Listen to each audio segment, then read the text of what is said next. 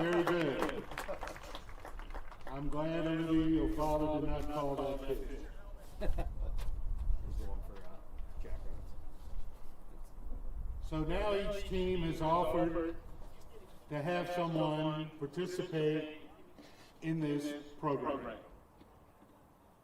For Creek, the Cubs, Amanda Gash will be throwing out their first pitch. A little bit about Amanda.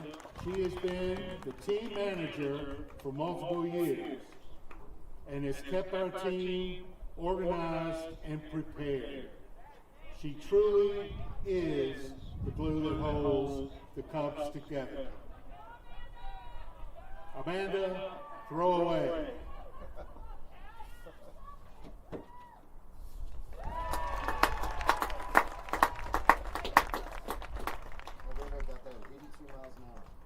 Thank you, Amanda.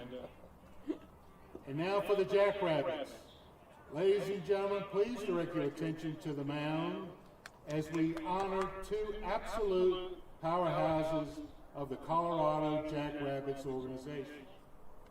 Tonight's memorial first pitch will be thrown out by our phenomenal dual vice presidents, Michelle Caruso and Katie Small. Oh, yeah!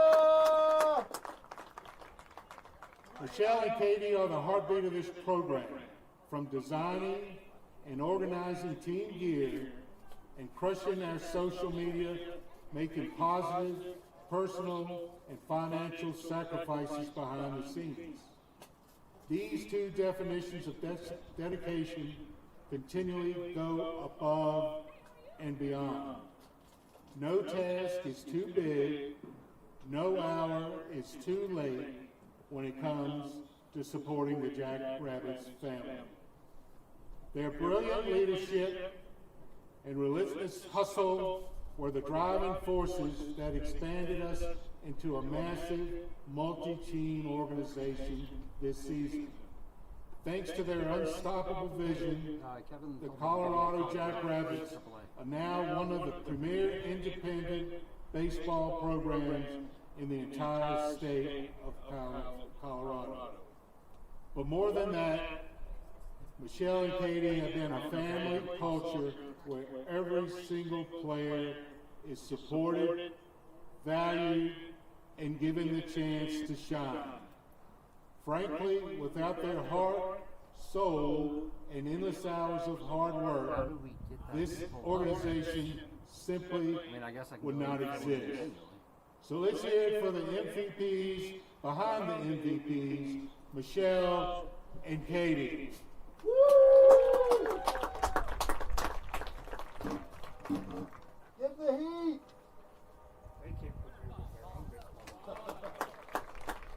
Right. Are we missing scores or something, maybe?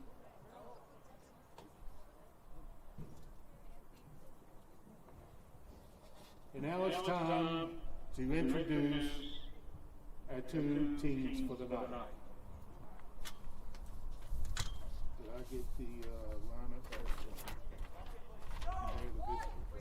Yeah. For the Colorado Jackrabbits,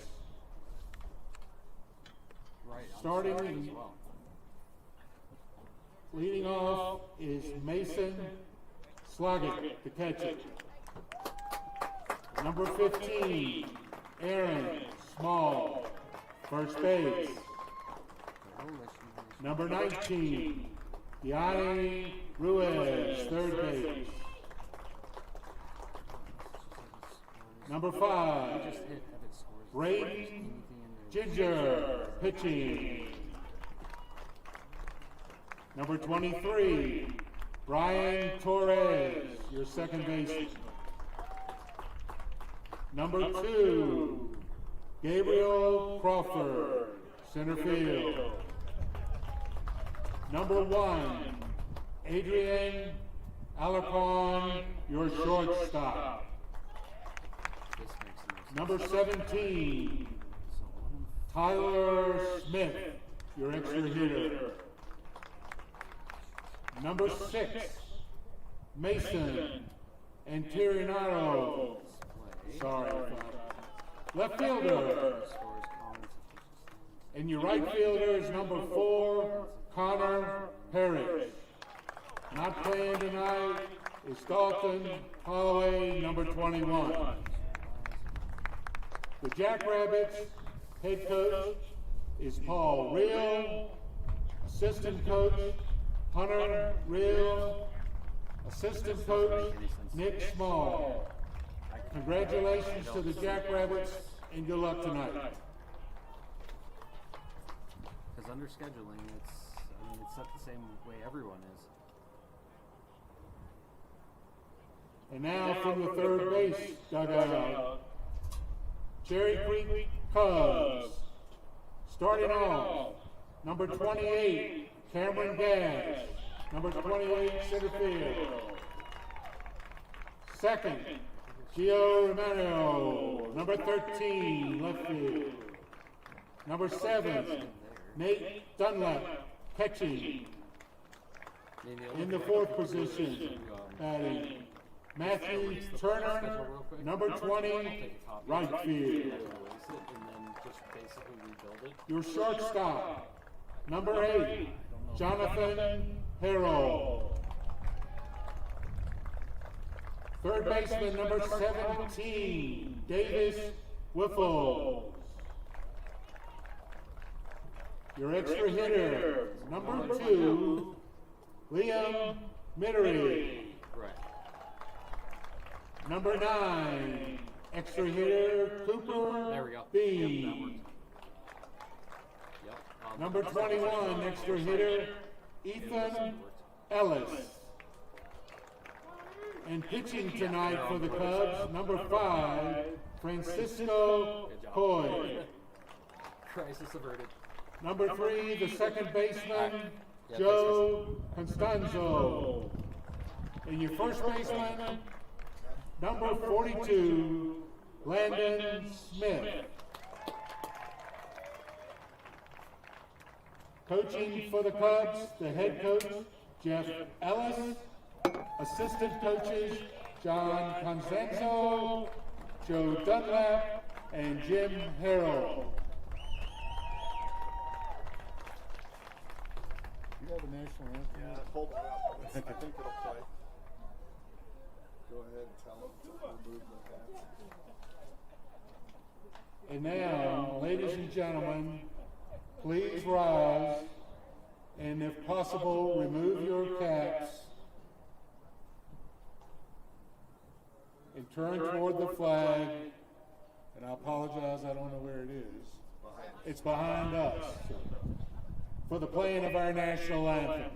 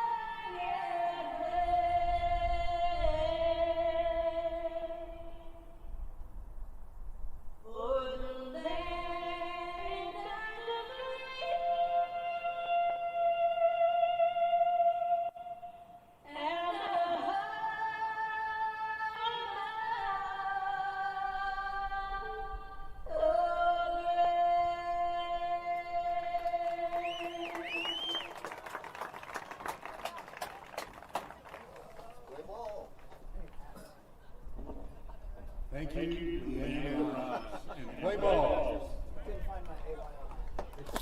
I got yours. I liked your hip hop version first. You got my thing too? Huh? You got my. No, the jackets and sweatshirts didn't come in. They're supposed to be here today. They'll be here tomorrow.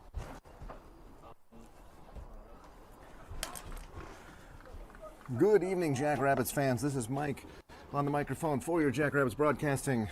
The Jackrabbits gathering together right here on the first base side. My camera is going to be a constant problem there at first base. The Jackrabbits are back in the AYL championship for the second year in a row, and I heard Coach Paul say it's not good enough to just be happy to be here. We want to win this year. Second place last year wasn't an experience, but it's not the experience. They want to go home winners. So I will be back in just a second. Your Jackrabbits are the lower seed, and so we'll be batting first. I'm going to go fix this first base camera here.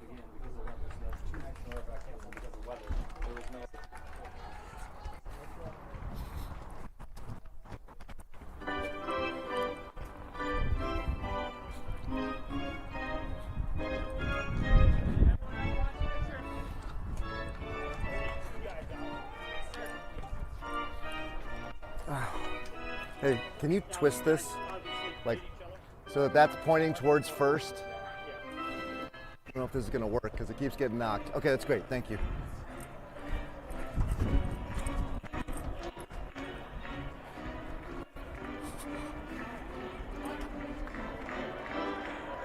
I think it's fine.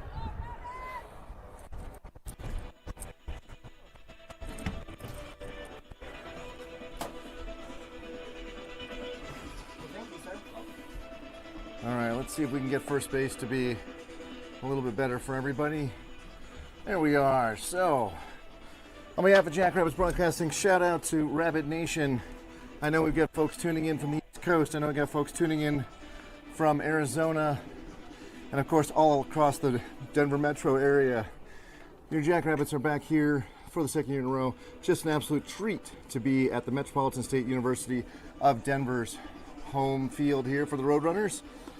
Jackrabbits will be batting first, as I mentioned, and we're playing the Cherry Creek Cubs. Cherry Creek Cubs and the Jackrabbits have met once this year. The Cubs defeated the Jackrabbits in league play. So in this rematch, the boys are going to look for a different result if possible. We have an all-turf field, no dirt to be found anywhere. Your Jackrabbits, or your Cubs for that matter, are more likely to end up with that black ground-up tire in their uniform or in their shoes than dirt at this point.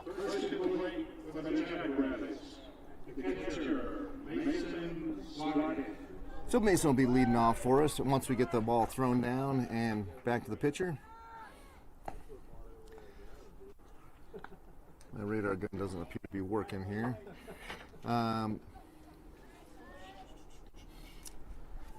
So Mason will lead us off, and then we will have Aaron, Gianni, Braden, and Brian, and then hopefully a lot more. So fresh off the 2-1 victory in the bottom of the seventh yesterday, Jackrabbits looking to put up some runs early.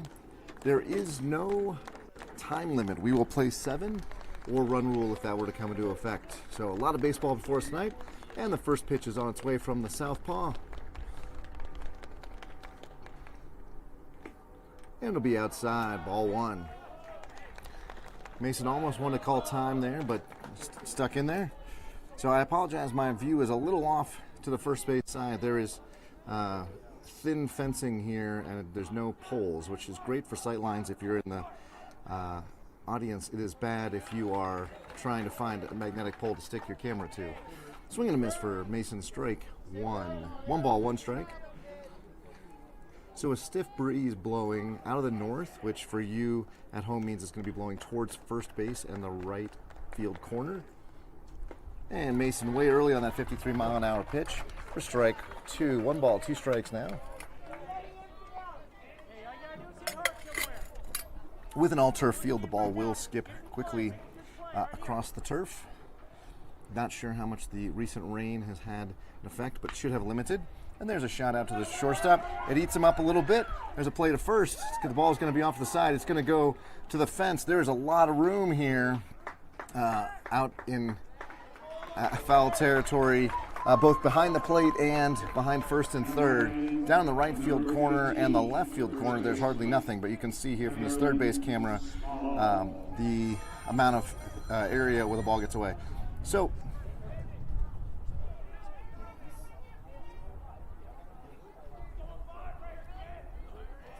we've got a runner out at second now, and it looks like we're going to have an appeal over to first.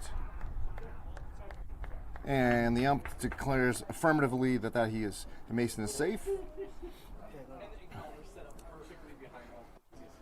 So we've got Aaron in the box, Gianni in the on deck circle, and Mason out at second.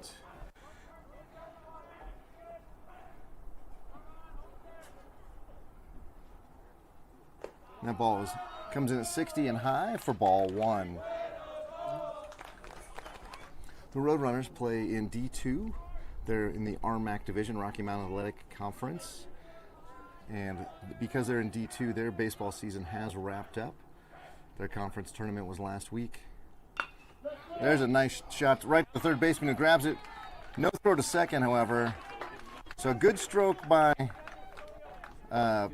Aaron, but good grab by the man at the hot corner for the first out of the inning.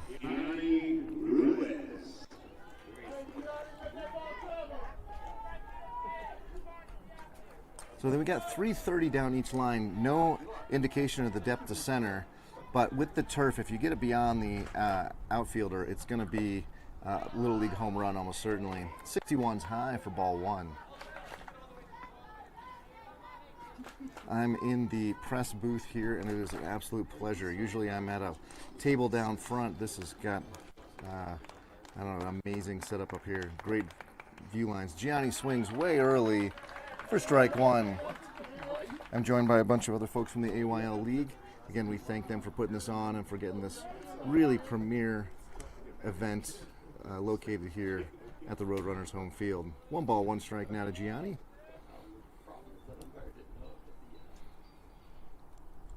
And Gianni fouls that one straight back. And Braden's going to pick that up in the on-deck circle. Brian, Jabrell, and Adrian behind Braden.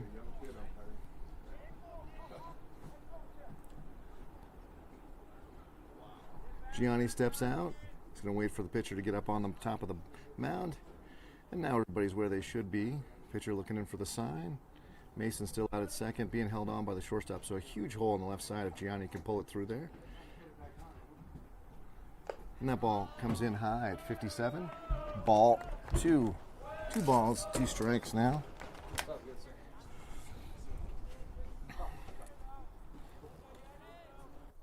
Now, both middle fielders crushing on second base. Gianni does not swing at the 54-mile-an-hour pitch high there. I think he just wants to unleash here if he can get one in the zone. We go to a full count. Let's see if our big power hitter can get one in the zone and drive it. So second baseman now holding the runner on. So big hole on the right side this time. Not Gianni's forte to go opposite field. And he's going to take ball 4 outside. What patience the young man has shown there. He wants to swing all the time, and there he'll just take the free pass. So runner out at first. Mason still out at second. And Braden, our starting pitcher, will step into the box. Number 5, pitcher, Braden Ginger.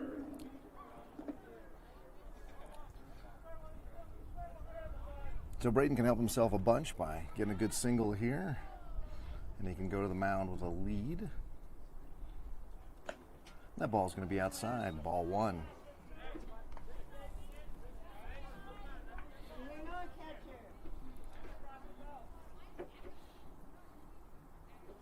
Oh, we got number 5 versus number 5. The pitcher on the mound is number 5, and Braden is number 5. So apparently if you want to be starting pitcher today, you have to be wearing number 5 on your back. Swing and a miss. Throw it down to third, and that ball was stolen on the pitcher. Mason was in safely as a trailing runner. Gianni just takes second. So now 2 runners in scoring position. Braden getting barked at a little bit for swinging at that high pitch for a 1-1 count.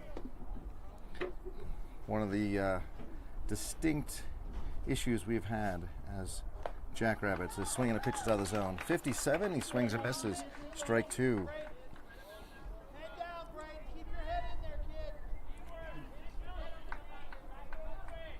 So Brian, our hero from last night, in the on-deck circle. And fouled straight back. There wasn't a giant net in the way. I could have got my hands on that. Up here in the broadcast booth like a real official broadcaster.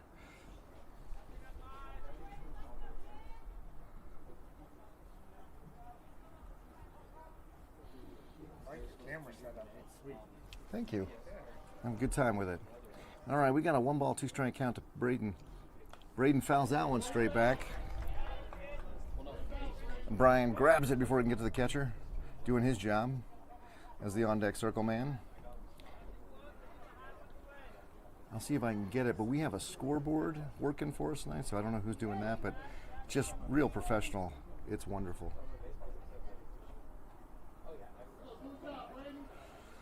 Braden choked up now, as one needs to be with 2 outs. He's also wearing just turf shoes, no cleats. Don't think that'll have any impact on his hitting, but maybe his pitching. And he gets underneath that one, and it drops foul down the left field line. So another foul ball on a Braden. He's clearly seeing the pitcher well. And there's a ball on the field. Or actually, I guess that's the foul ball returned. There are no other athletic competitions happening here. We have the entire MSU athletic complex to ourselves, which is great. They have clean bathrooms for those of you that are going to arrive late. Got like really nice bathroom facilities here. No porta potties to be found. And Braden ready for the next pitch. Maybe. All right, here it comes. And he fouls that, or hits that one straight up. Looks like it's going to be a play for the shortstop right behind the mound. And that's the second out of the inning. So Jackrabbits with 2 runners in scoring position have been unable to get that key hit. And Brian will step in now.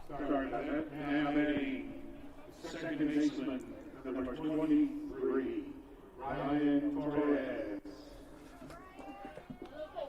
And Jabril will be on the on-deck circle once Brian gets on. Brian was the hero last night with his bases loaded hit to the second baseman. Gianni scored before the throw, and that ball gets way away. We should have 1 run in. We do. Oh, we have a collision. Looks like everybody's okay.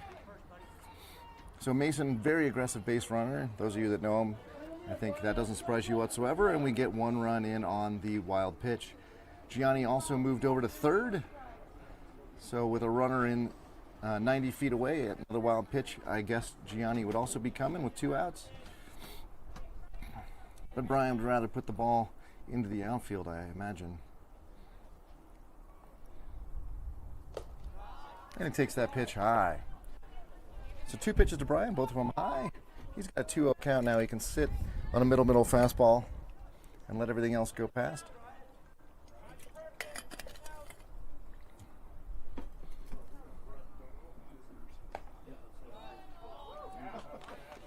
And that ball misses just away. And we go to 3-0 now. Unless Brian wants to run lots of pulls, he'll be taking here. He will not be swinging.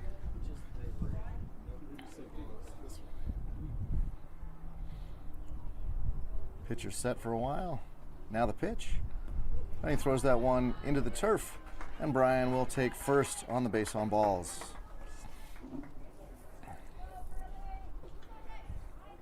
Jabril now will get in the batter's box. 2 outs. Brian's got decent speed. We could see a steal here.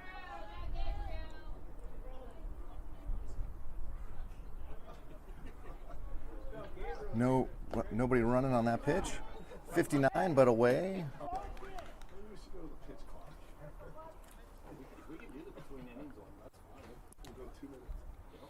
See, I like doing it just to see what they do, see if they get ready. Or some people are like, oh no, the clock's right. Other people. And Brian's off. And at the second he goes. Catcher fumbled that. I'm not sure if there was going to be a throw to second, but it looked like the catcher was looking for a back pick to third. Regardless, now we've got 2 runners in scoring position. And Adrian in the on-deck circle once Jabril gets a single here. And he takes that 61-mile-an-hour pitch high. Faint chance of Buenos Ojos coming from the dugout.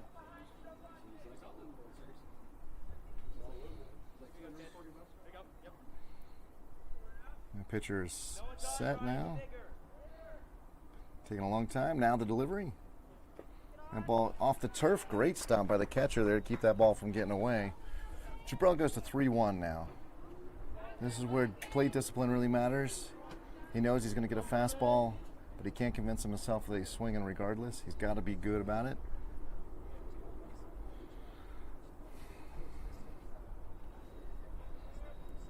One of the light rail passing in left field now, making that screeching sound of steel wheels on steel tracks. And we await the next pitch. And there's a strike on the inside corner, Jabril. That's usually his pitch. Not sure why I didn't swing at that one. We go full now with 2 outs. So Jackrabbits looking for that key swing here. We got 1 across, but it does feel like there's a lot more traffic on the base paths. We should have more. Let's see what Jabril does with this offering. He hits that ball down the left field line, and it's going to be foul just in front of everybody. That's because there's roughly 40 acres over there. And also, that was into the sun. Now that I'm looking, why the third baseman, he went and got sunglasses from the dugout while he was over there, because him and the left fielder are staring into the sun. So Jabril, we're going to do this payoff pitch all over again. And once he gets on, Adrian up next. Runner at second, drawing the attention of the second baseman. Brian now with a nice big lead. Foul tip and caught by the catcher. So tons of traffic, only 1 across for the Jackrabbits. They do go to the bottom of the first here now with 1 run. Feels like we left some options on the base paths there, but it's early, folks. We are playing 7 innings.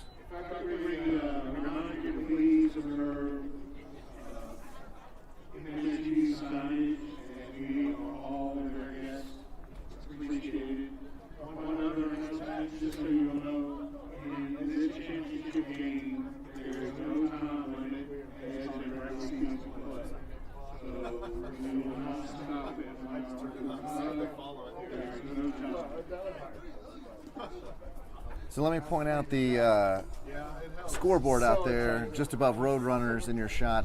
Below it, I don't think my camera's going to be that good, but there's actually a clock for what would be the between innings and the pitch clock, already down to a minute 20. Let's see if our boys have any idea how to do a 2-minute half-inning warm-up. I'll be back in a minute 12 if they follow that for the bottom half of the first.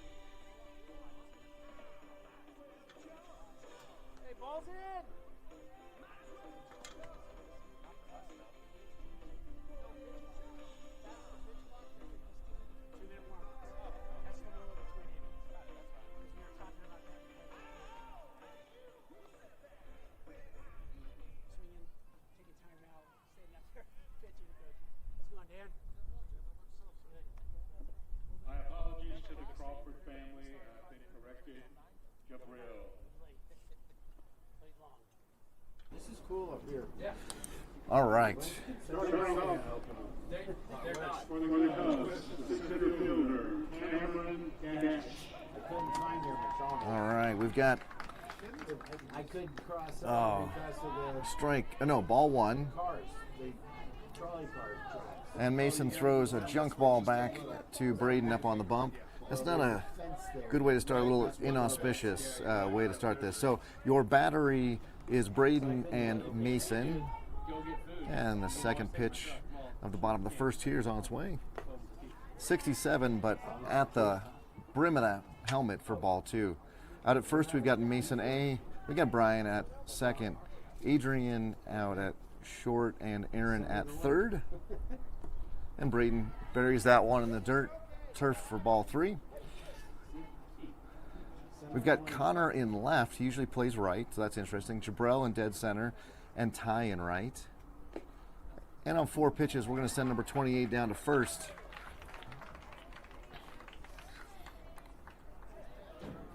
So the runner down there at first. Now batting number 13, Gio Romano, left fielder. So 13 will step in now. Braden was tempted to go from the windup there, but now he's got to go from the stretch. Actually like it better when he throws from the stretch. Keeps it simpler and cleaner.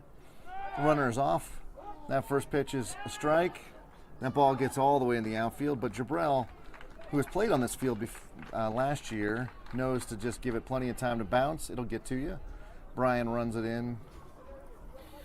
So about half the team played last year in the championship where we were runners-up, and half the team is fresh. So there will be some knowledge of remembering to play on this field for some of the boys. Swing and a miss, 65. So 2 strikes now, number 13.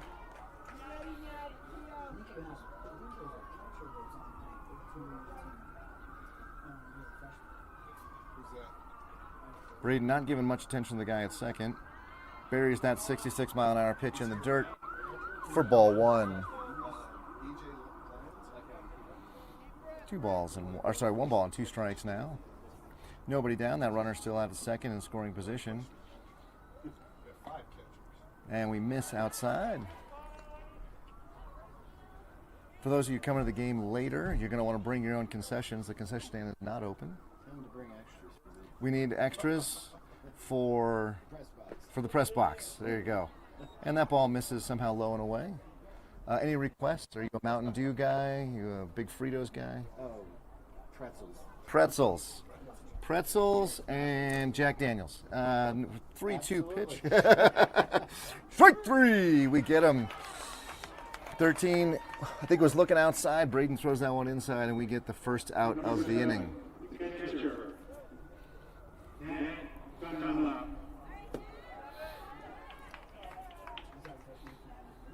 Number 7 will step in. Nice frame for Mason, but he misses out. Braden misses outside with that 66-mile-an-hour pitch. Ball 1.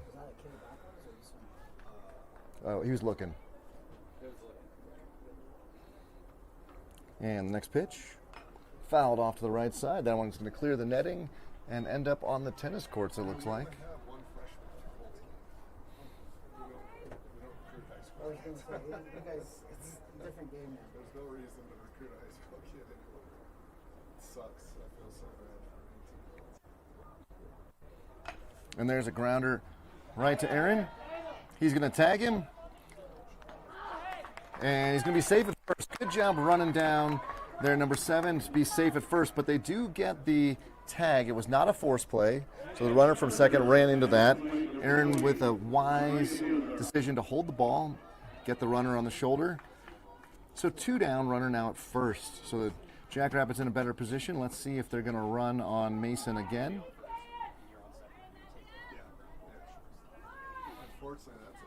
So number 20 will step in the box here. Looks like he's swinging a Rawlings icon. Runner not going. He's going to go now because that ball just gets out of Mason's webbing. I'm not sure what happened there. So runner safe at second. So we're back in the same position we were just a pitch ago. runner in scoring position, although we do have the second out registered, so we can get a third one here. Nice stop. Braden moving just a hair too quickly. He needs to take a little bit extra time. When he gets moving a little quickly, he gets herky-jerky, starts falling off the mound. Give himself a second here, collect himself. And there's a pitch low and away, ball 3.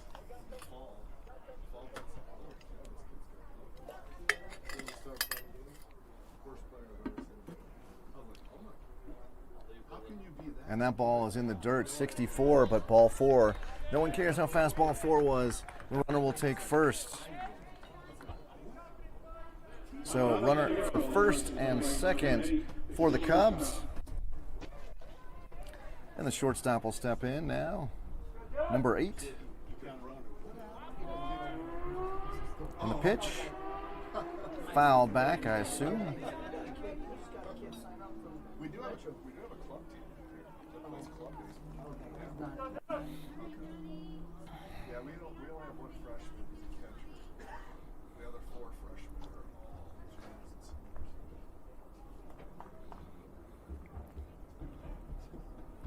And that ball is nice on the outside corner and misses. My bad. Apparently I'm not. These 50-year-old eyes don't see as well as the ump behind the plate. Tight strike zone there on the outside corner. 1 ball, 1 strike now. There it is. That ball is hit right to Jabrell, whose hat falls off for no reason whatsoever. But the ball goes into his glove, so more traffic on the base paths for the Cubs, but they don't put any across the plate.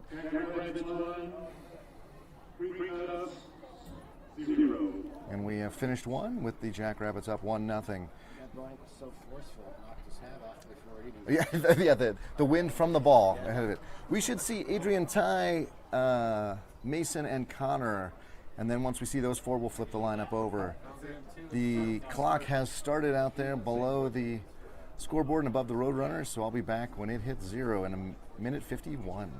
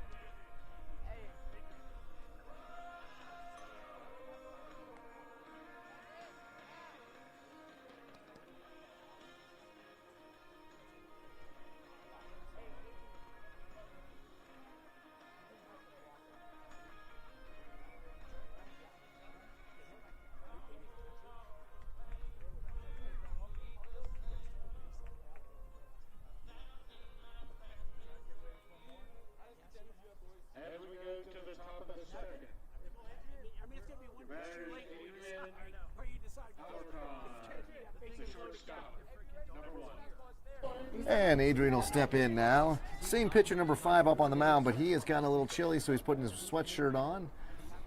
'Tis the problem of 14-year-olds. Tall and no body fat whatsoever. Unlike 50-year-old men behind the microphone who are short and got plenty of body fat. That ball is outside, ball one. If it was a playoff game, there's no way I'm going to be like, oh, just going to cancel. That's why I was like kind of confused. No, it was their last regular season. And Adrian awaits the second pitch of his at bat. That one's going to come in high. 2.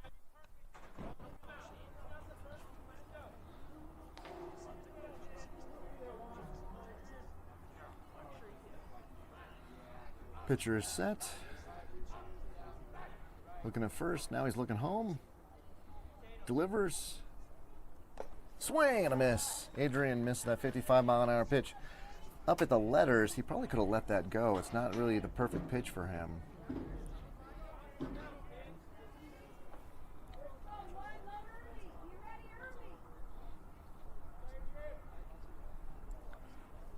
And swing and a miss. That one 59, bringing a little bit more heat. Number 5 on the bump. So from 2-0 to 2-2, Adrian's got to figure out how to solve number 5 up there on the mound.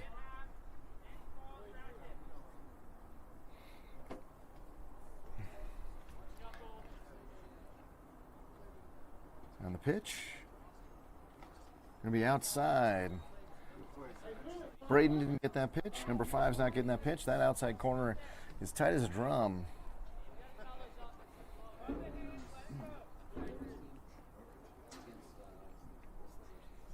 Ty ready for his turn in the on-deck circle after this pitch. Swing and a miss. Well, Adrian goes down on strikes. So your Jackrabbits displaying their 2026 season in full effect here. Good pitching, good defense, struggles at the plate, especially to get that timely hit. And Ty goes fishing and comes up with nothing on the end of his hook there for strike 1.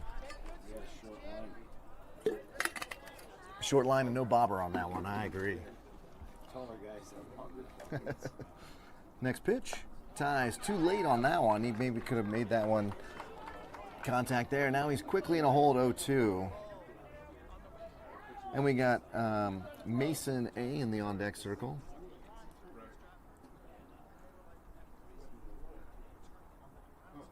And swing and a miss. 61 for strike 3. So 2 up, 2 down. Jackrabbits gonna need a 2-out rally here. Mason A still recovering.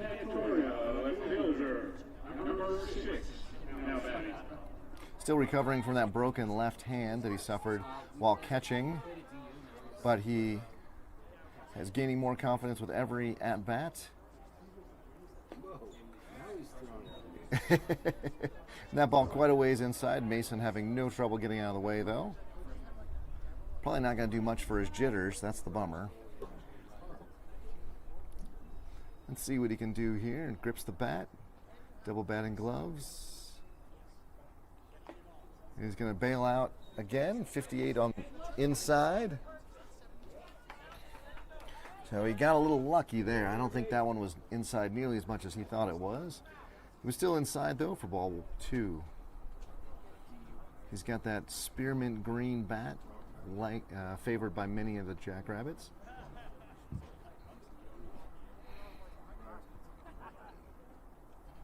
And there's strike.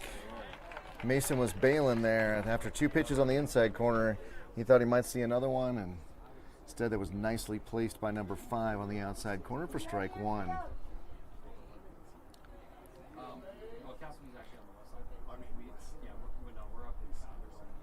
And Mason's going to take that one high, and he's going to 3-1 now. Clouds starting to roll in. I don't believe we're due for any rain, especially like we had last night. For those of you that weren't down in Castle Rock after the game, we actually got pea-sized hail. So I was packing up my gear while it was hailing on us. And a 3-1 pitch on its way. And there's ball 4. Just absolutely nothing on the outside corner. So Mason with a hard 90 down to first. And we're going to get a timeout before Connor's going to get a chance to see the lefty. Connor, an unsung hero from last night's game. Because of time, Coach wanted to, we had 2 outs in the bottom of the 6th. Coach wanted to quickly get into the 7th to guarantee we could get another chance to get some runs in. It ultimately turned out to be the exact right move, but Connor had to step on the plate and swing, which in baseball is an automatic out if you are out of the batter's box and if you touch the plate. Basically had to sacrifice himself on his, I think, first or maybe second pitch of his at-bat just to make sure that he got the out within the hour 45 time limit. Coach did shout him out later, but I'm going to shout him out now because that is a selfless act that allowed the Jackrabbits to come back and win and then be here today. Connor swings and misses at a 58-mile-an-hour pitch at the letters. So number 5's pitch is all coming in a little high this inning, which does mean when Connor makes contact, he's going to drive this ball a long, long way in the air. And that ball's inside. Good stop by the catcher there. Again, lots of acreage behind home plate, so Mason would take off for second in the event that the ball gets away. With that broken hand, I think Coach has him on restriction. He is not likely to steal. We do not want him to go into the bag and re-injure that left hand. Oh, and he takes a pitch at the chin. Woo! I guess that was high, yeah. Connor, yeah. So Connor with quite a bit of patience there. Again, improving as a batter. Really first year of competitive ball, played some rec league, but learning how to use that big body of his to hit the ball. He's going to take that one outside. So 3-1, he can sit middle fastball here. Once he gets on, Mason S will be up to bat, and that'll be the top of the order. So really would be great if we could turn the lineup over here with Connor getting on. And that ball's in the dirt. Mason will get to second, but he's going to be held up there. No reason to send him to third. He'd be out by 75 feet. So really no harm, no foul on the wild pitch.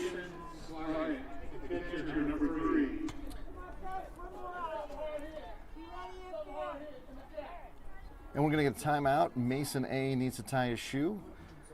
Make the cave, make the little rabbit, run around, pull it through. You can do it. Hopefully they'll double knot it. This is an epidemic problem for Jackrabbits.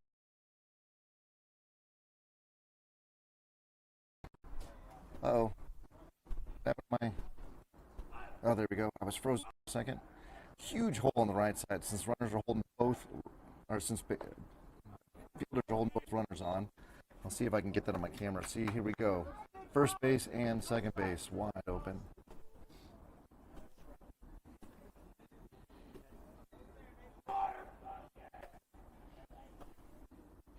And long pause. The pitch to Mason now. And he fouls that one straight back.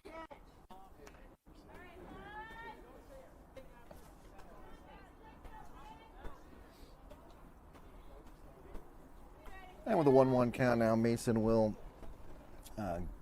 step back in the box. Number 5 reached the summit of the bump. He comes set. Not a big lead for either runner. And that ball's inside. 58, ball 2. Actually, the clouds are coming in, the wind whipping a little bit. I'm going to need to put my sweatshirt on here in just a second. Pitcher took his glove off. Now he's got it back on. Interesting if that's the way in which he mentally resets. Long pause. And the pitch finally. Inside. And we will go to 3-1. With 2 outs here, Mason is going to have to get a ball safely into the outfield to score the other Mason from second. Aaron in the on-deck circle. Again, big hole on the right side. And he's going to take that one high and inside, actually, for ball 4. So the bases get loaded, and we are going to have a visit from the coach. That'll be the second of the inning by baseball rules. That will be the end of the day for number 5. And we'll have a new pitcher coming in to face Aaron. With that, I will mute myself, and we'll be back after. It looks like maybe the first baseman is going to come in as the new pitcher, number 19. And he'll get his warm-up pitches, and I'll be back. I can put my sweatshirt on now.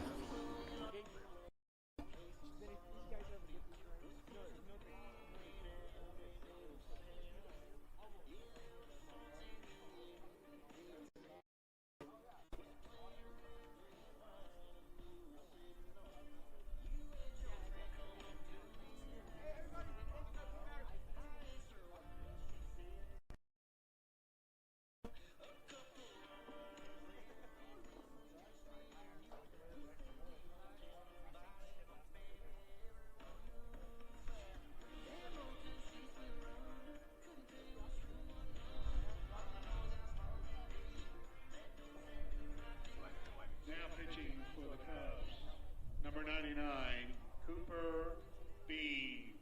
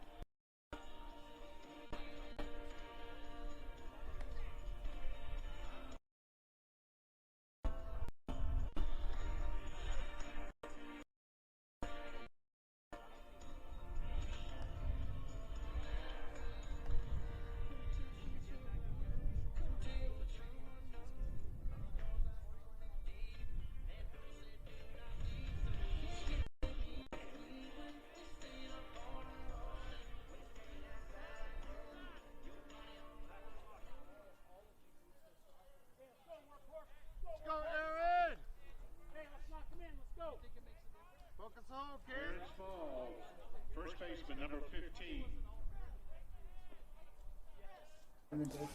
And Aaron will get in with the bases loaded. Sack's full of jacks now. That ball gets away, and there's going to be a play at the plate. The throw a little offline will take us to a run for the Jackrabbits, and everybody moves up.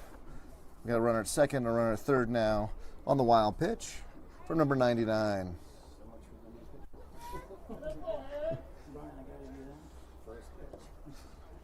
And nerves are tough, especially tough when you're 14. Next pitch, also in the dirt, or I should say in the turf. Good job, backhanded grab by the catcher there.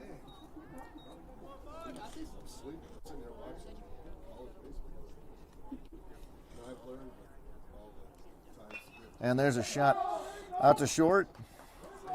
The ball's bobbled.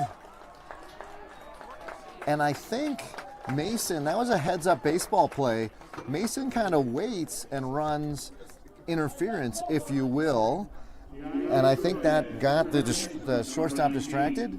And with that, we get Aaron over at first on the error. Mason does make it safely to third.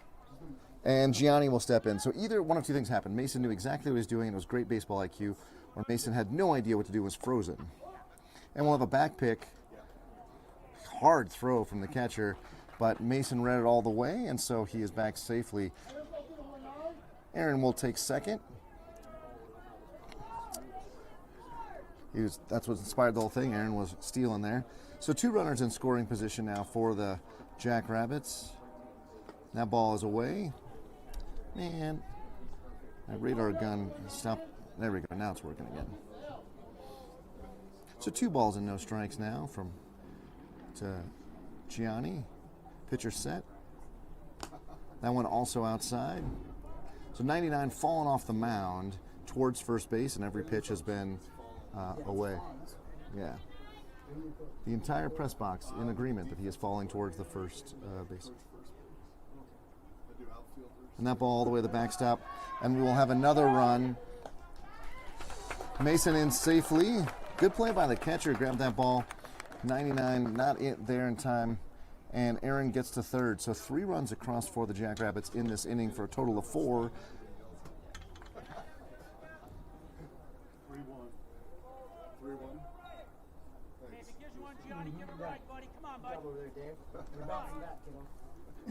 And with a 3-1 count, Gianni will await the next pitch here. Yeah, he's going to make it 3-2, strike 2. Nice pitch from 99. So we go full count with a runner out at third and 2 down. Gianni's going to put the aluminum on it, and he's going to take that one high. And Gianni.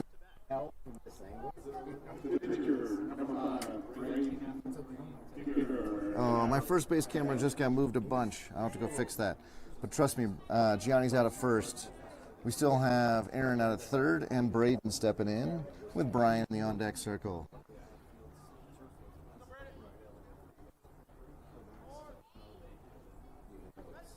And Gianni takes second. I was waiting to see where the throw was. There was offensive indifference. Will allow Gianni to get into scoring position. So a single now would score 2. With 2 outs, everybody will be running on contact. And Braden takes that one just off the plate. 1 ball, 1 strike now.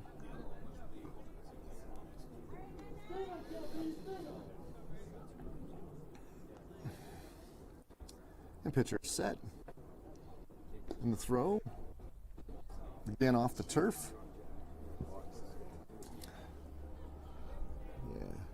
As long as 99 continues to fall off the mound, all those pitches are going to be outside to right-handed batters. So he's got to get that corrected. There's a pitch. That was nice. That was, yeah, you could tell. If he steps straight at the plate, it's going to be straight every time. So.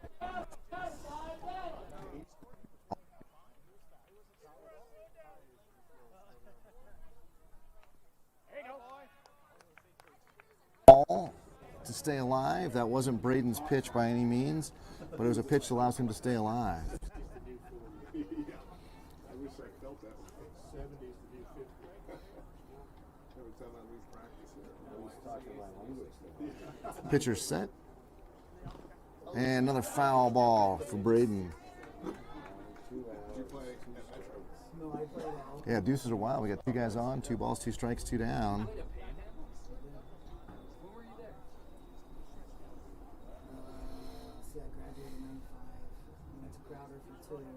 And the pitch is hit into left center.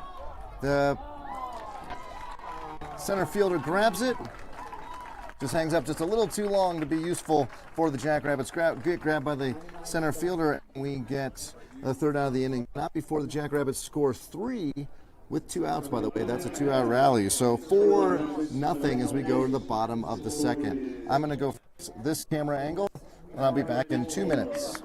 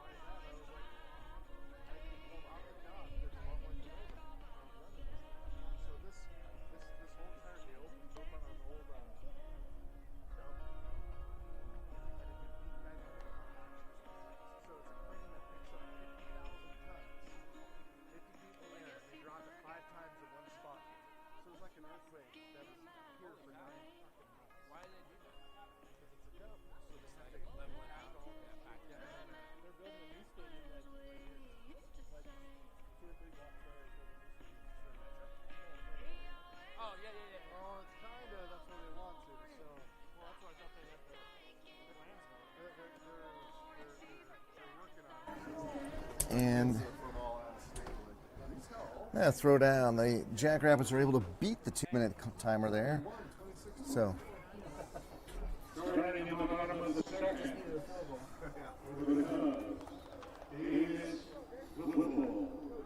So number 17 will start the bottom of the second here for the Cubs. Braden on the mound from the windup. He's throwing to Mason. And he throws a nice 67-mile-an-hour fastball. 17 swings and misses for strike one. Aaron and Brian on the right side of the infield. Adrian and Gianni on the left side of the infield. And the next pitch makes number 17 jump there with the inside pitch. Not what Braden wanted to throw at all. In the outfield, looks like Mason A has moved from first to left. Jabrell in center because he made that catch last inning. There's a nice pitch. Nice breaking pitch. 17 swings to the top. And in right, we've got Ty, it looks like. That's right, because he's got his glove. Ty throws left but bats right, so it's easy to tell when Ty's out on the field. And the next pitch, swing and a miss. That one comes in at 71. Someone get Gianni some sunglasses. He was shading his eyes there. It's only going to get worse as the sun goes down. So one down for Braden. He needs two more here. And in steps number 2. Also swinging that very popular mint. And there's a strike right there. Braden takes a little off. Throws that one 61.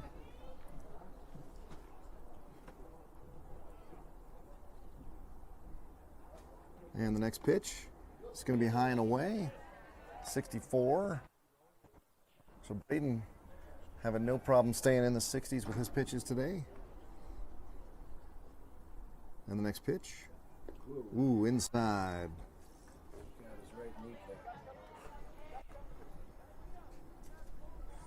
And my son just checked in with me for a second at the booth, so it's nice to know he cares that I'm still alive. And there's a shot. Knocks off the glove of Brian, who's usually our Dyson out there. That ball keeps sliding. And on the air, number 2 gets over to first. So Braden did what he needed to do there. He needs his defense to be a little bit tighter.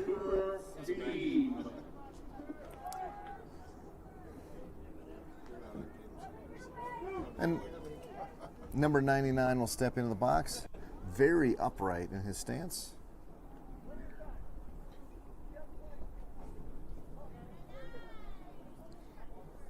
Aren't you glad I fixed the camera? Now you can see. All right, Braden's set and the pitch. And we get a strike at the knee on the outside corner.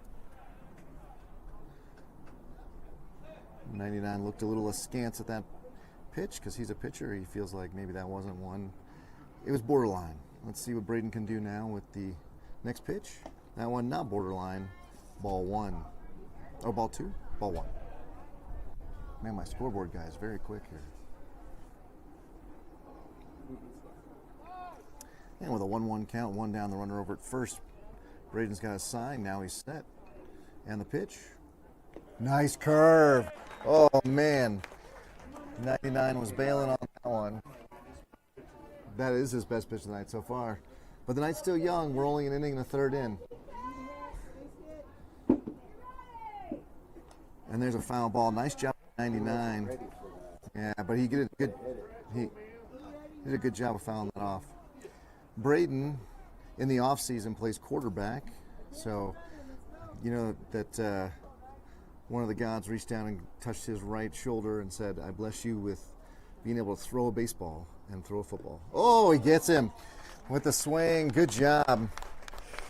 So that breaking pitch, Braden really didn't use it in the first inning. Ripped it off twice in that at-bat, once in a previous at-bat. All of them working for him. So 2 down on strikes. Second out on strikes.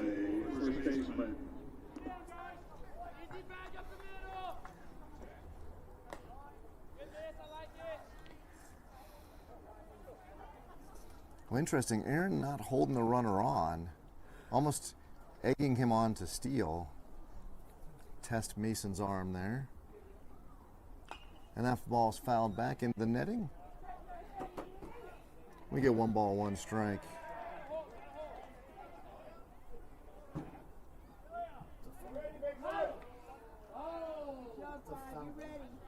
The ball was dead.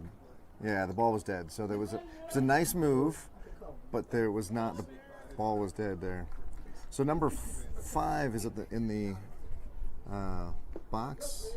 He's facing number 5. And 2 balls, 1 strike now.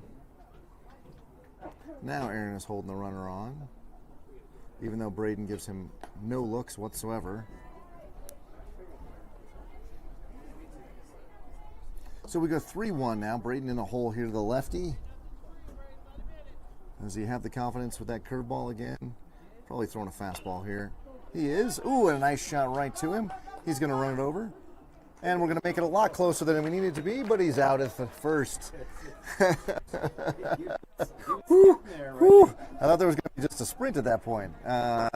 So with that, the Jackrabbits are able to send the Cherry Creek Cubs back to the dugout without scoring any runs. We go 4-0 as we go to the top of the 3rd.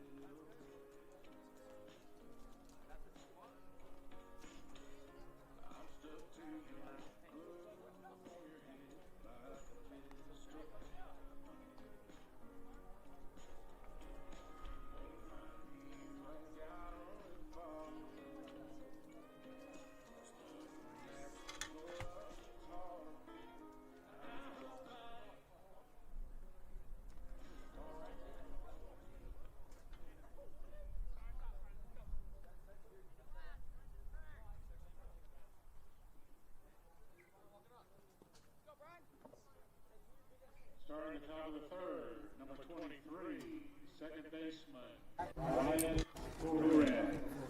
And Brian will stand to lead off the top of the 3rd. The entire Rabbit Nation has turned out tonight. We got 13 new players. We got players from last year.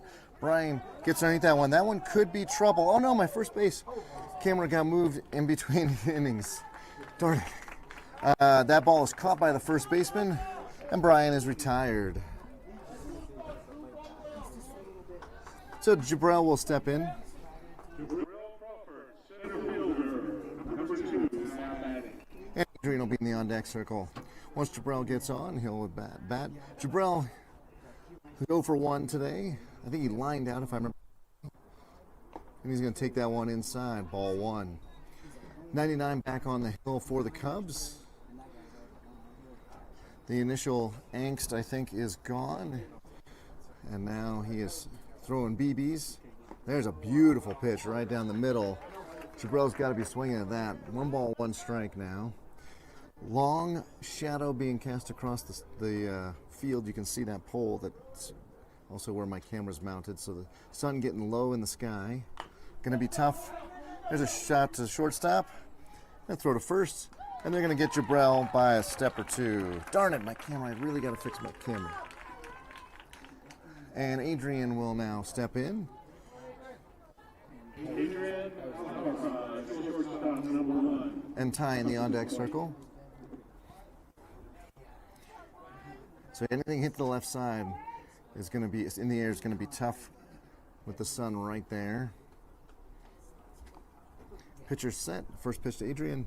It's going to be away. Ball 1.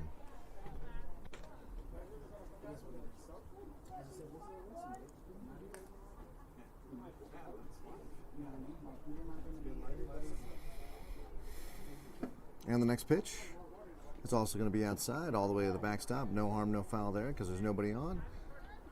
So now Adrian goes to 0-2. Or sorry, 2-0.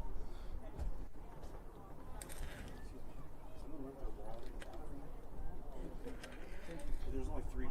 I took the rest out. And that ball hits Adrian, and it's a dead ball. And then that'll put him down at first. I promise he's over there. And Ty will step in.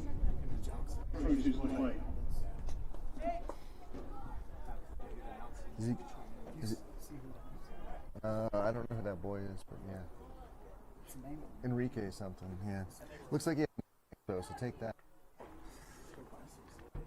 All right, runner over at first is Adrian. He has got wheels. And Ty takes a pitch right down the middle for strike 1. Jackrabbits have got to be swinging at strikes. Continues to be a frustration of yours truly watching the boys not swinging the balls in the zone and then swinging the balls out of the zone. There we go. There's a shot. Third baseman's going to grab it and throw to first.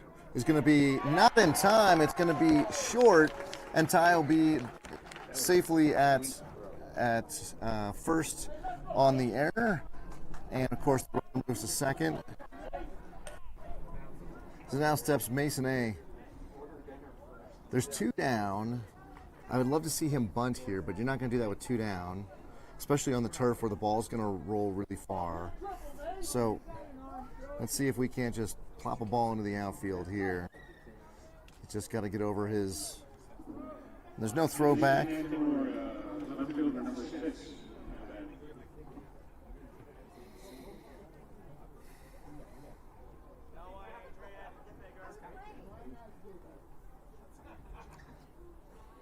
And the next pitch, sorry, the first pitch, Mason stepping out. Oh, he could have really drove that ball, but he was stepping in a bucket, doesn't get any power on it, and just pokes it foul.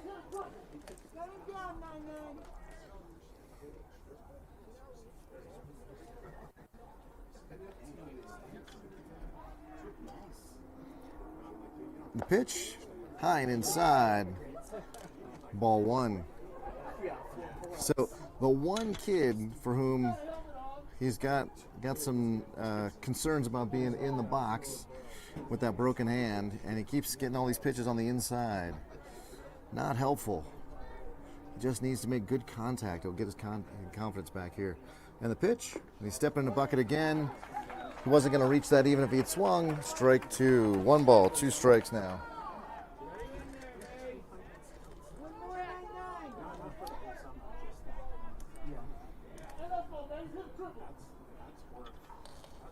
Connor in the on-deck circle.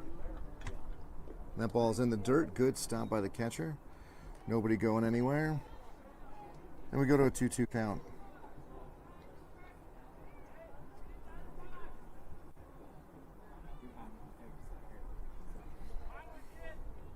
So 2 balls, 2 strikes, 2 runners on. We're back to 2s were wild for your Jackrabbits. And he does get underneath that, and my first base camera is not going to be helpful, but I'm going to go over there anyway. And the first baseman's unable to make a play in deep foul territory. So on the foul ball, ball's dead. We will do it all over again. So 2 balls, 2 strikes. We'll do it again.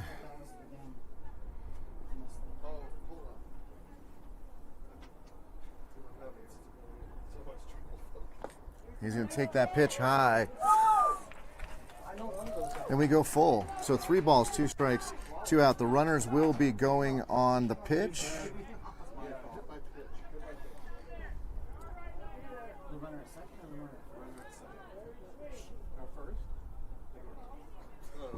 and that ball's to the backstop, and everybody's going to move up 90 feet.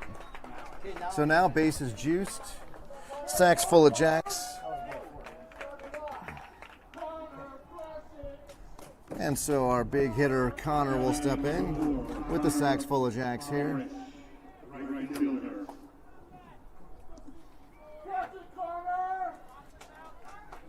Real simple for Connor here with bases loaded and 2 outs.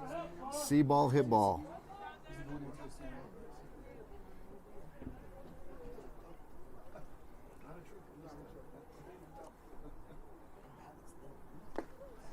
And Connor swinging the tank there, but doesn't catch up with that first pitch for strike one. I like him swinging at that. That's a pitch that he can drive all day long, especially if he can pull it in the left field. I don't know if the left fielder with the sun in his eyes can be able to get underneath it. Let's see if we see another pitch here. And there's a shot through the left side. Oh, and everybody will move up 90 feet. And Connor with the RBI. So the Jackrabbits, for some reason, they want to mess with my blood pressure, waiting until they have 2 outs before they decide to score any runs. And they put another run on the board this inning for a total of 5. And with Connor getting on, that takes the lineup over, and Mason will get a chance to see number 99. Once he gets on, Aaron will be up. Aaron was the first batter to see number 99, so the boys will have a chance. And from here on out, everybody will have seen number 99 at least once. And Mason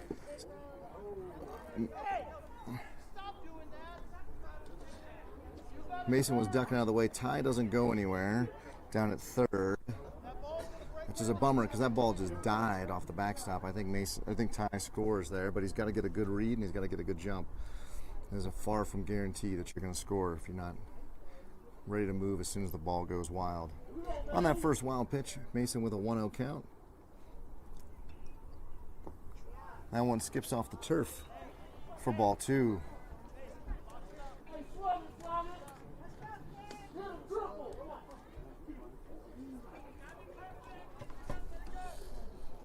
That dad has a nickname for everybody. Swing and a miss as Mason steps towards third base. He hits that ball probably 380 feet if he steps towards the pitcher. He misses it completely because he stepped towards third. So apparently that is also running through the dugout like the flu. And Mason stepping towards third there as he takes the ball. We go to 3-1.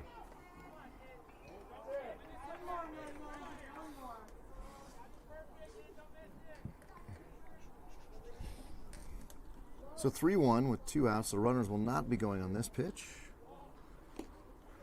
But they will go on the next pitch because that was a strike. Mason was taken all the way there, it looked like. So 3 balls, 2 strikes, 2 down.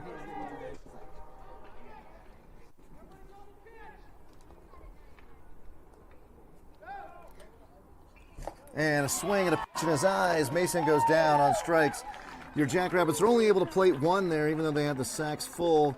And we go to the bottom of the third, up 5-0.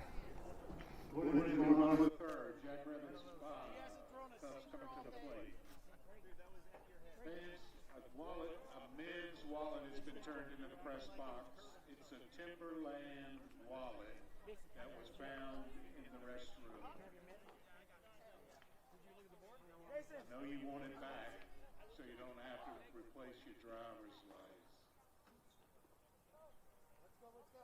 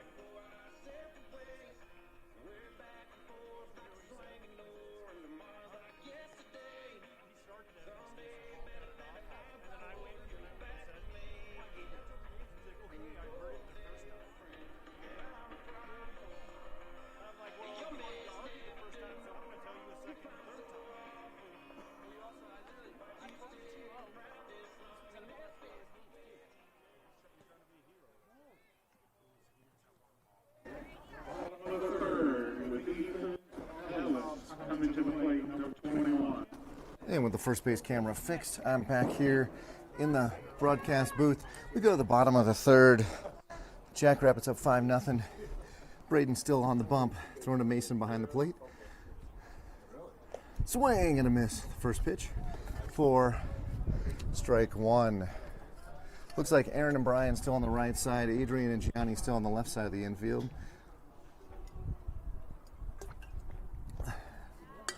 There's only 10 boys on the roster tonight, so everybody getting their chance to get some time in the field. I've got Connor in right. I've got Jabrell in center and Mason in left. Oh, there was the attempted curve, but it doesn't quite curve over the plate in time, and now we go 2 balls, 1 strike. It's number 21. And there's a little chopper. Adrian's going to pick it up. He's going to throw it nice and slow over to first, but they still get the runner by a couple of steps. So 1 up, 1 down for Braden.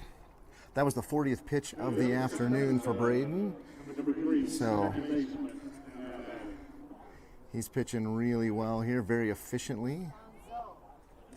Thank you.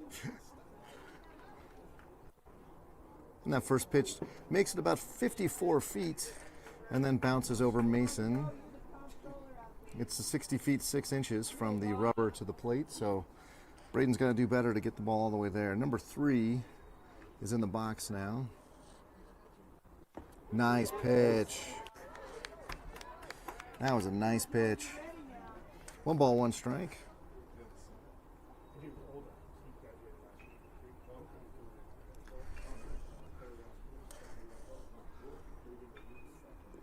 Nice curve. Wow. Now, if they're going to throw that again, Mason's got to be ready for that and not block it, because we got 2 strikes. Remember, a drop third strike, you got to complete it by either tagging him or it's a force at first. Look for a fastball here, I'd assume, although I wouldn't mind throwing that curve again. There it is, strike 3. And number 3 goes down on 3 strikes. And the Jackrabbits have 2 in their pocket, and they need 1 more. Number 42 here is the bottom of the order for the Cubs. So after he's up, we'll have top of the order, and everybody will have seen Braden at least once at that point. That pitch bounces off the plate. Is that an actual plate, or is that just a painted plate? That's actual plate? Okay. It didn't make the usual thud sound when it hits the plate. It looks like it's painted on there like the batter's box is. And that ball also short. So Braden with 2 pitches, both of which are struggling to make it all the way to the catcher's glove. It's number 42 now with a 2-0 count. Swing and a miss.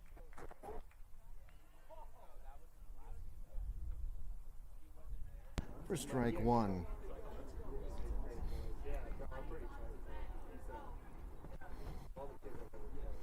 And the next pitch is going to be high. So 3-1. I think what you want to do here is just fastball, middle, challenge him. If that's what he tried to do, he didn't execute. He bounced the ball again. So a lot of balls bounced in that at bat. Leads number 42 taking first base.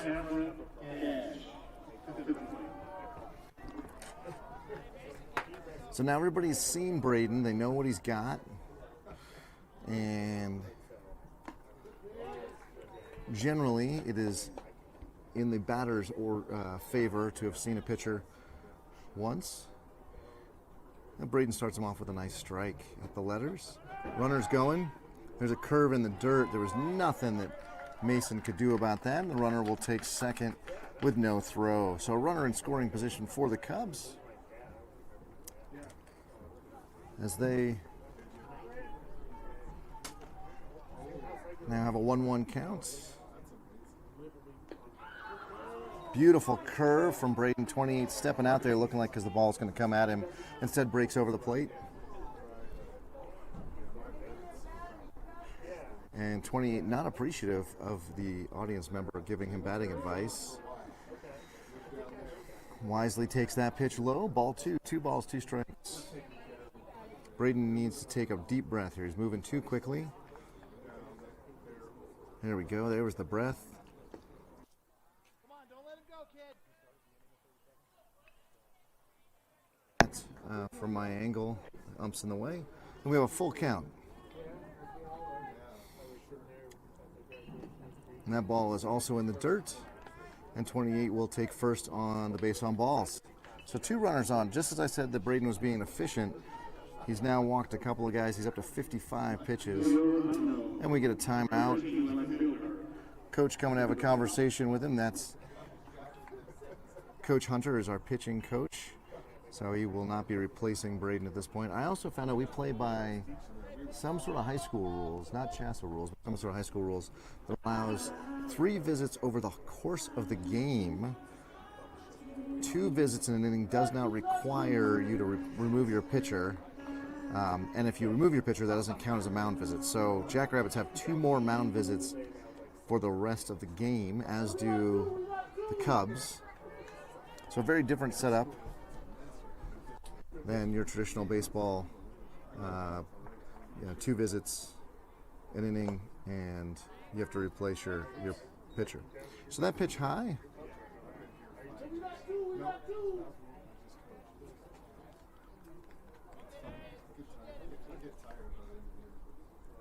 And that ball is going to squeak away from Mason. And nobody's covering home, so real trouble there if the runner at third decides to go, but he doesn't. And the trailing runner will also be at second. So now 2 Cubs further on the base paths than they've been in this game. Really challenging Jackrabbits here. A 2-0 count. It's number 13. And that ball is way high and inside. 3-0 now. First base is open, so no harm, no foul necessarily in walking number 13, other than you're going to face their 3-hole hitter, who are traditionally guys who can put some punch in the ball. That ball doesn't tickle the strike zone in any way. So now base is loaded.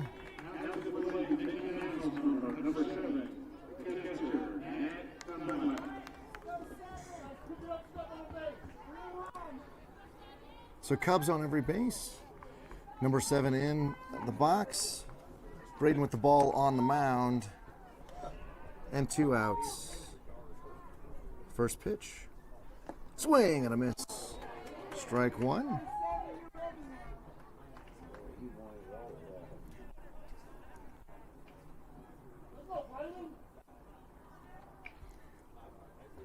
And the next pitch from Braden is that curve. It doesn't get over the plate there for ball 1. So I'm trying to listen to what Coach Hunter is yelling to his middle infielders. And the next pitch is popped out to the right side and going to be out of play, actually. Over where the Slammers are warming up. They're the team after us, or the game after us, and they're here very early. Maybe they didn't know that we're going to play 7 innings. And we are only in the bottom of the 3rd. So Braden now, the next pitch is a little shot down 3rd. Foul ball. Yeah, Gianni just lets her go there. Kind of wish he'd rushed it and then stepped back on the base, but that would have been tough, especially how deep he's playing. So 1 ball, 2 strikes now. And we're coming up on our 65th pitch here. I think there's an 85 pitch count as well.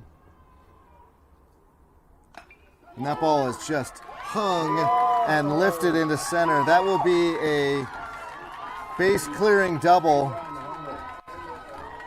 And they hold the runner at 3rd. So a 2 RBI double on the hanging curveball.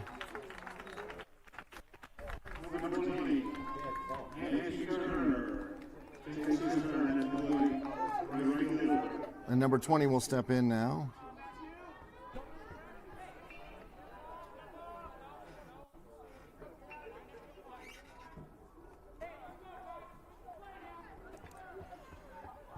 And swinging the Rawlings icon.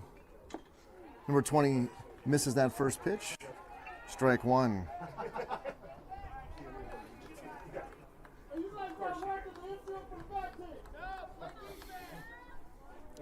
The infield looking a little dull. Need them to be moving a little bit quicker here. A little bit more to the ball. There we go.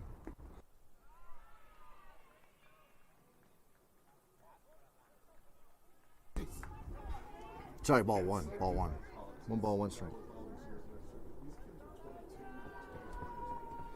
Next pitch is going to be outside. So Braden now, the 6-7. Do the hand motions. He's got a 2-1 count. He's pitching 2. And he puts that ball high, ball 3. So again, first is open, but you don't really want to put another runner on, especially the tying run. We go 3-1 the pitch. There it is. So 3 balls, 2 strikes now, 2 down.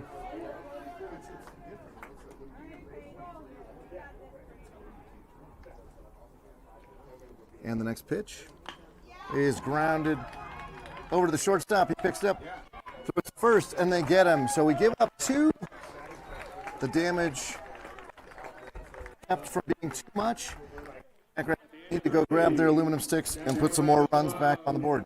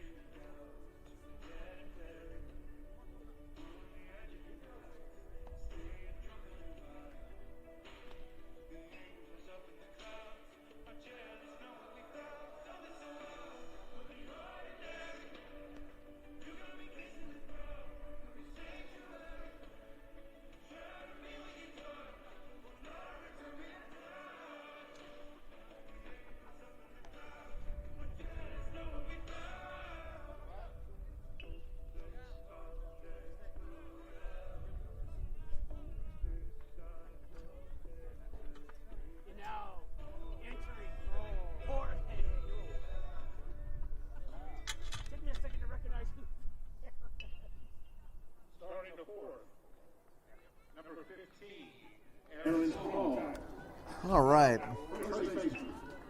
2-hole hitter, number 15, Aaron, will step in. Gianni in the on-deck circle. This is part of the lineup that has provided most of the pop tonight. Let's see what we can do here.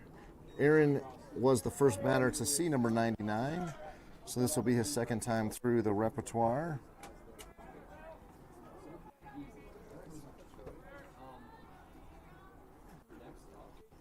And the next pitch is going to be at Aaron's feet for ball 1, or ball 2, excuse me.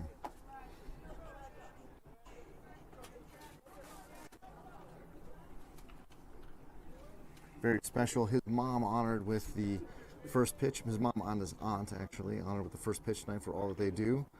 So thank you to Michelle and Katie. And Aaron was the catch in the first pitch. It was really great. A moment, I think, for Rabbit Nation, and to honor 2 women who have been the backbone of this organization. And Aaron going to foul that off to the right. And with that, we'll go to a 2-2 count.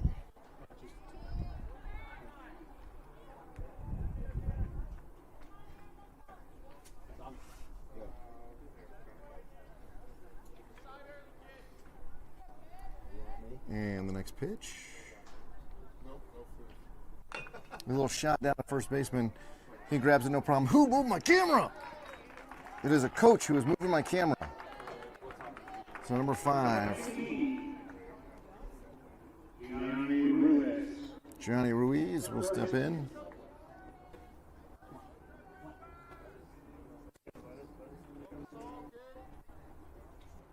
I don't usually say last names, but it was mispronounced here, and my body just wanted to pronounce it correctly. Gianni hits that one off to the right side. Maybe the second base camera will get that. It will drop in, and nobody's at second, so Gianni's going to end up with a double. On a very heads-up, high IQ baseball game where the shortstop had gone to try to get that ball as well. And with that, we will have a runner in scoring position. I like it. And Braden will step in now with a chance to help himself.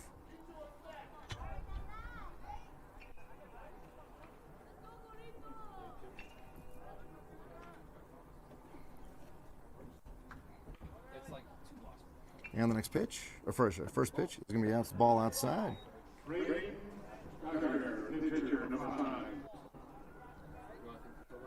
Oh, you know what? My son's in the dugout. I wonder if I can just text him to get that fixed. Put him to use.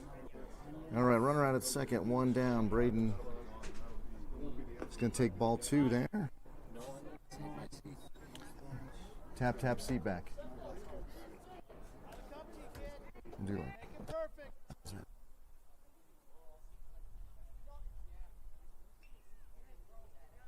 On the right side, if he punctures it through that way, the ball's in the dirt, and he's going to go 3-0. He'll be taking here per the blood contract. Coach makes them sign. When it's 3-0.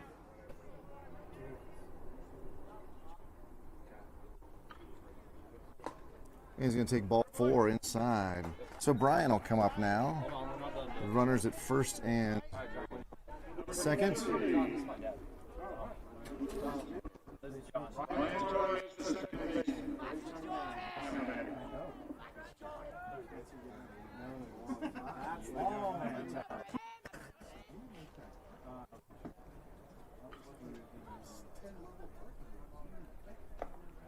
And that ball is high.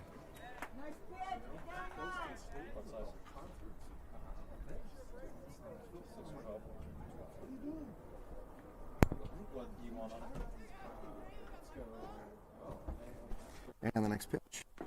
Aaron, or sorry, not Aaron. Brian not able for that one. Strike 1.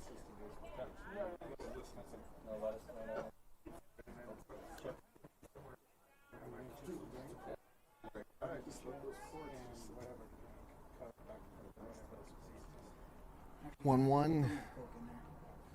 And there's a shot up the middle. That ball is going to scooch through. They're going to give the pinball. It gets underneath the center fielder's legs. It's going to score a bunch. We're going to get Gianni in. We're going to get Braden in. And we're going to have Brian safely at second on the single and advancing on the error by the center fielder. That was big. That is 2 runs back that the Jackrabbits gave up in the bottom of the third. They pick up in the fourth.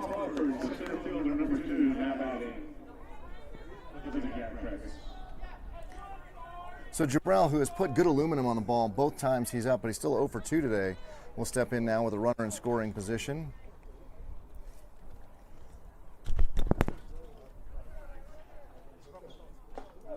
And that ball sails in on him for ball 1. Brian taking an extra large lead out at second because no one's holding him on. So Jabrell can put the ball through the infield whatsoever. Brian scores easily. That ball's in the dirt. Ball 2.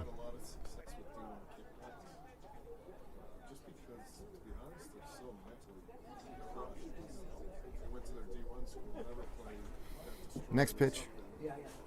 And he gets underneath that one.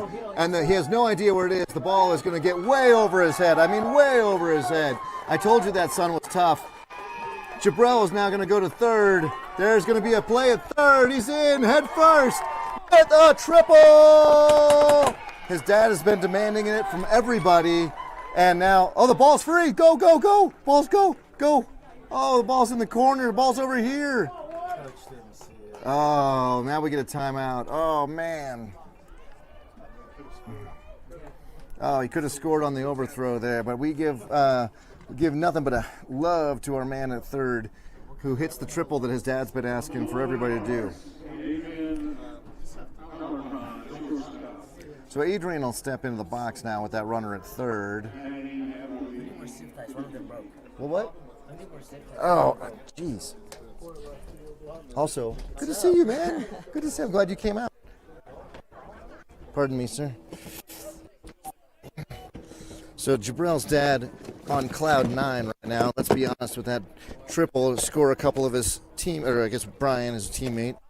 And now a chance for Jabrel to score on a pass ball, or if we can get a, get this here from Adrian. What I really like about this rally is that the Jackrabbits didn't wait until there were 2 outs to start doing it. There's only 1 down. Number 99, after the visit from the coach, is back on the bump still.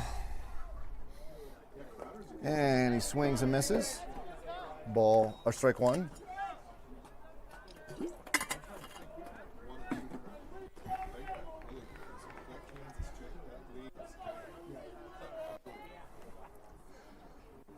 And the next pitch, going to be strike.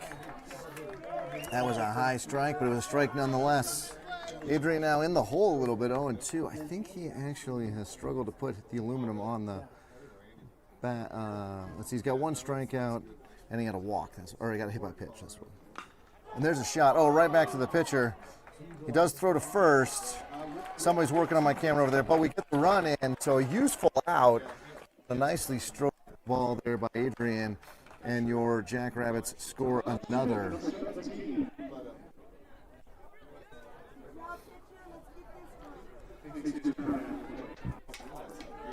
So 9-2 now.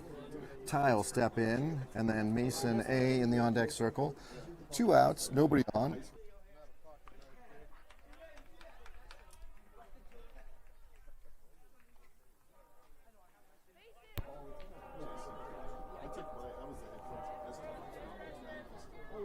We were in Arizona. We went to a junior college game. One guy was 97, the other guy was 90. Right, you right? You want to play junior college? 97. And the next pitch. Oh, there's a nice shot up the middle, high. That'll be a nice single. Center fielder cuts that off. Good job by Ty there on that. And they're still working on my camera down there. I got Teddy doing it, so put him to use. We're gonna have another timeout, and Mason A is gonna get a new batter. Number 99 is done for the afternoon, but I applaud anybody who's willing to go up on the mound there and bring the heat and take the heat. Looks like number 8 will be the new pitcher.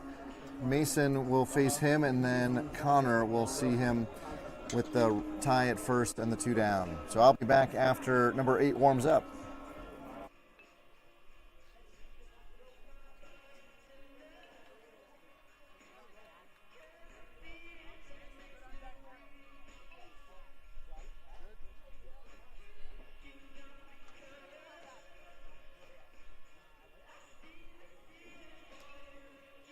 Now pitching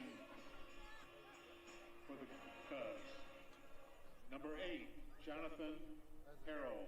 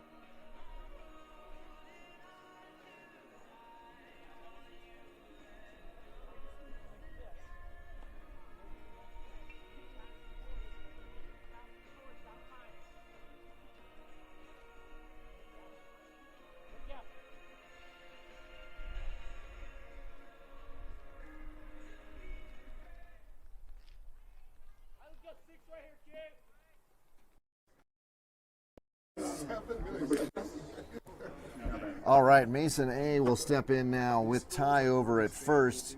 Good job by the folks in the dugout to fix that after they broke it, but they fixed it. Mason with the hype fire in hand. That ball in the dirt, number 8's first pitch for ball 1.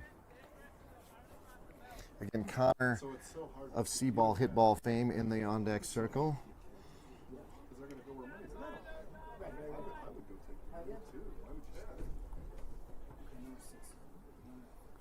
And the next pitch is a little shot out to short. Short backhands it, throws it to second, and they get the force at second. So good play by the middle infield there to go to the short distance for the final out of the inning. But your Jackrabbits put up 4. We've got a 9-2 ball game. So I should point out that the game is scheduled to go 7. There is no time limit, but the run rule is applicable.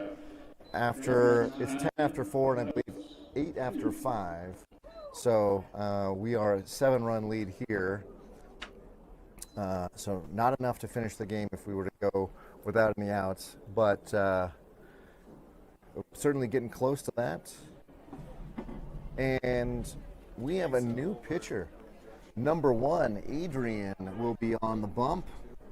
And let's see what else we've got here for defensive changes.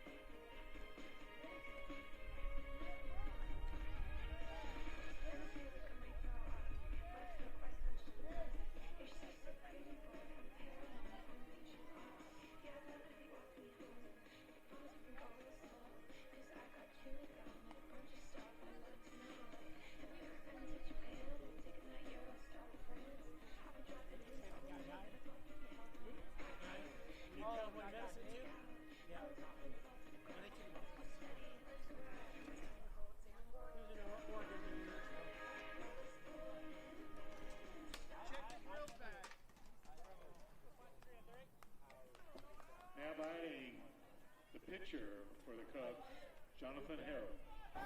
And like I mentioned, we've got Adrian on the bump. So that concludes the evening for Braden, who pitched extremely well. Let's just go through his numbers before we get too excited here. Braden threw 71 pitches through 3 innings, 2 hits, 2 runs, both of them earned. There's a ball down the left field line, gets past Aaron. It looks like Jabrell's going to pick it up in left field. Throw into second. Is closer than I probably thought it should have been. Brian grabs that and runs it back. So Braden had, like I mentioned, those 2 runs, both of them earned, 4 strikeouts, 5 base on balls. He threw 71 total pitches, 33 were strikes. First pitch here from Adrian was a strike, and then immediately popped down the left field line for a double.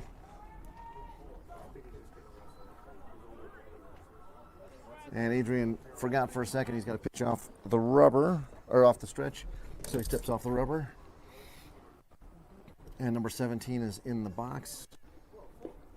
And a swing and a miss. My son's wife, her dad is one of the main donors for women's softball. And the next pitch. Adrian doing a lot of short arming. And they get him at third. So a late jump by the runner from third. Good job by Mason to throw that ball on a dime down to Aaron, who gets the tag on him. And that double is erased. That is the defense we know this team can play and does play. So 1 down now, base is empty. Adrian can go back to the windup, hopefully not short-arming it like he has been from the stretch. And the next pitch, swing and a miss. 1 ball, 2 strikes now. Throwing quite a bit slower than usual.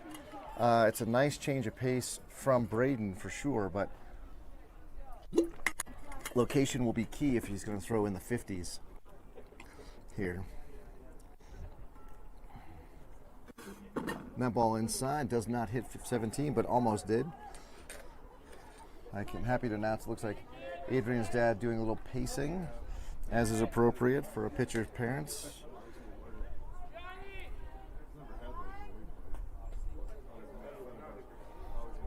So 2 balls, 2 strikes now.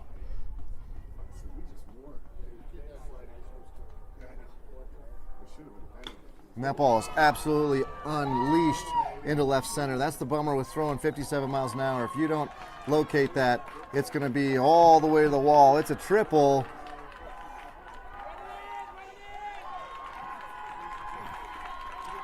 And 2 runners are up, and both have hit the ball deep to left field off Adrian. And number 2 will step in. I would not be shocked at all if Coach goes and has a conversation with Adrian here. I'm trying to think of who else could pitch. We've got Brian's eligible, Aaron's eligible, Jabrell's eligible. But really, you want to have Adrian out there.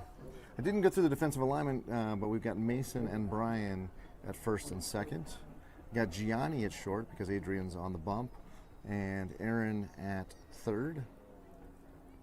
That ball's inside. That was the first one to pop the glove. I like the speed, but I don't like the location. Let's see if we can fix that. The next pitch. In left, we've seen Jabrell all too often already. Braden in center and Ty in right. From the windup. And there's a pitch right down Colfax for strike 1. 2 balls, 1 strike now.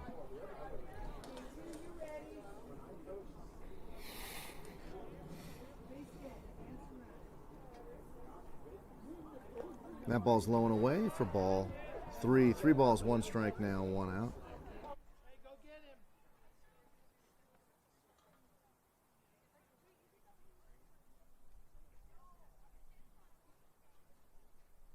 They went 23 and 4 or whatever, so you know.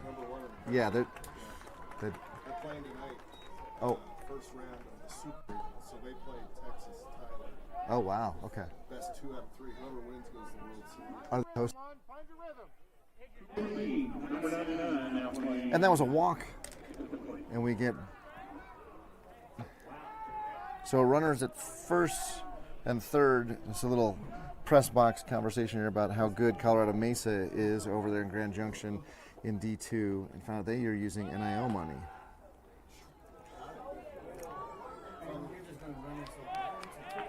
And that's a second out of the inning with a beautiful throw from Mason. The runner does score, so we trade a run for an out there. And I think that's a wise move. We've been able to score runs decently. We've put 1 run up at least in every inning. And the outs look a bit tougher to come by. So, swing and a miss, strike 1. 1 ball, 1 strike now to number 99.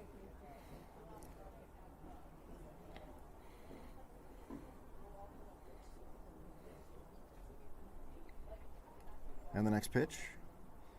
And Adrian tries to aim that one rather than pitch it, and it's nowhere close to the zone.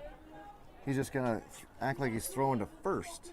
I don't know why he's short-arming it. Everything's short-armed. Oh, it's terrible.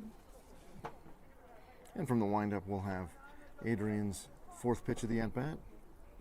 Throws that one right into the turf, and we go 3-1.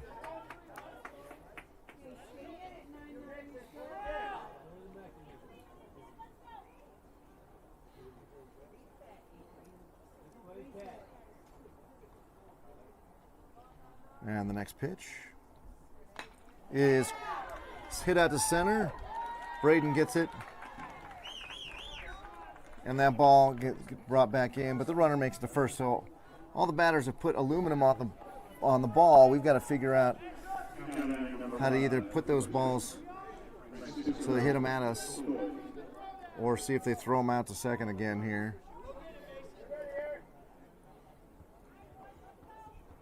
Mason S., our catcher, has been responsible for assists on both outs this inning.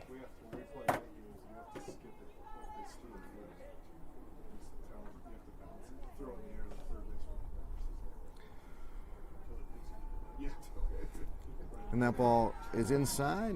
Ball 2. 2 balls on no strikes. 2 down.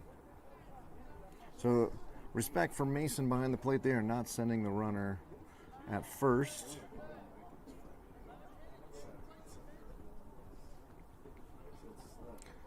So getting really tough to see on the left side of the infield. That ball skips. Again, Adrian again short with his arm, and then the ball short. So we go 3-0. Runner does get out to second on, and we're going to have a timeout from Coach Paul. I believe he is not having the infield in. He's not even having Mason go out. So it's going to be a pitching, coaching situation here. This is either a mental, if he doesn't move his right hand to show him how to pitch, it is a whole conversation about mentally where you're at. Coach Paul, very good at this, reading the boys. He's been coaching for such a long time, reading the boys and having the conversation with them about and getting their mental game as well as their physical game improved.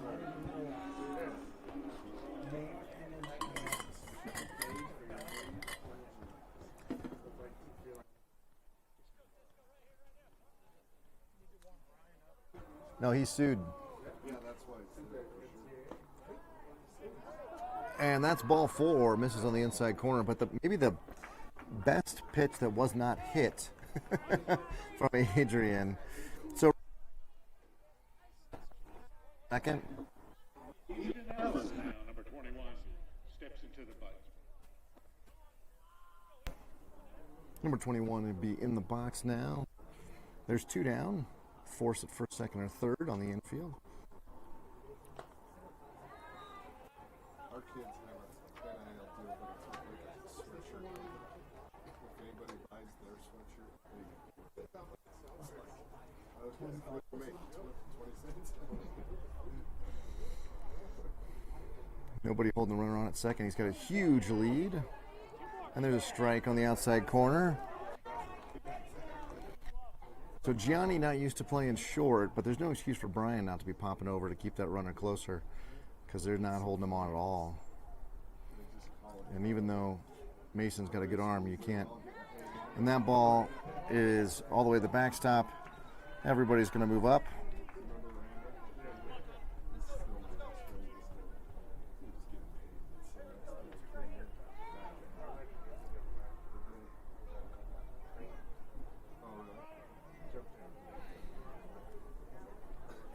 And we're going to get a defensive substitution. All right, Brian coming in, so likely he'll be warming up. Connor to left. Jabril out of left to third. Aaron to second. So Brian will be warming up as quickly as we can. Looks like this may be all we get for Adrian here in the 4th. 2 balls, 1 strike, and 2 down. So we're not that far from getting out of this inning. The ball outside.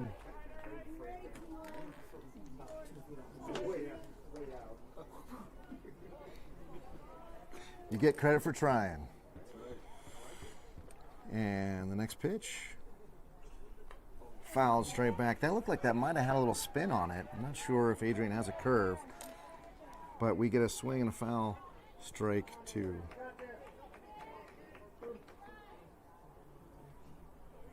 So 3 balls, 2 strikes now. Next pitch. Not close enough to be interesting. 21 will take first. And now we have the bases loaded. I look down the right field line. Brian is not yet warm. We are ride or die with Adrian here. Number 3 is up.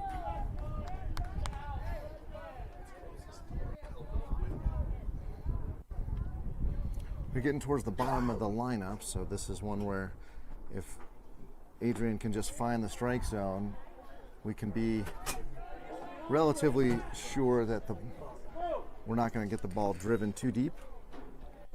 But that one outside for ball one. And the windup and the pitch. There's a little shot. And an easy throw to first. And they get him there. With that, the excitement is over. The Cubs do plate one. And we go to the top of the fifth, 9-3. A 6-run lead for your Jackrabbits. Into the top of the fifth, Jackrabbits 9, 3 Cubs 3. Next kid comes up and hits the triple. That's how I get the celebrating too.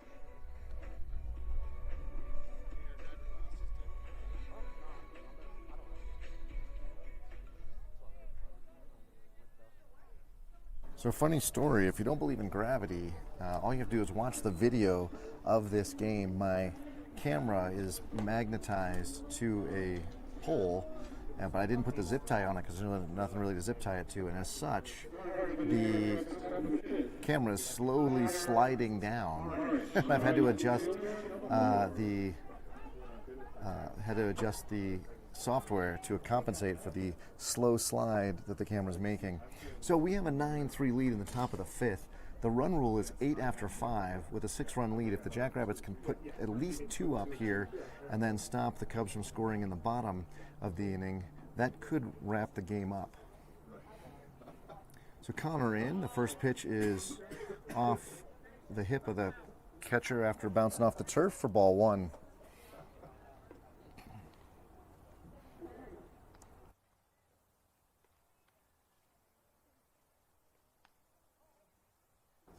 I believe number 8 is a brand new pitcher. I'll go check Game Changer here, but looking a little bit not as tall as the pitcher who finished the last inning. That was a nice pitch on the outside corner. And I am correct, that is the third, registers the second pitch of number 8's time on the mound. And that pitch is outside. Of course, after we have Connor, we will have the top of the order, which will include Mason, Aaron, and Gianni, and hopefully several more boys, so we can get that 8-run cushion that we need to win home the championship.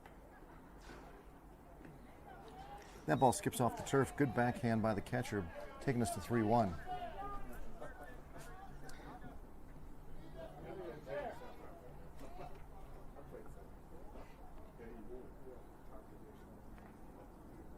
And the next pitch, Connor decides way too late swings at a nice pitch, but doesn't decide until the ball is more than halfway there.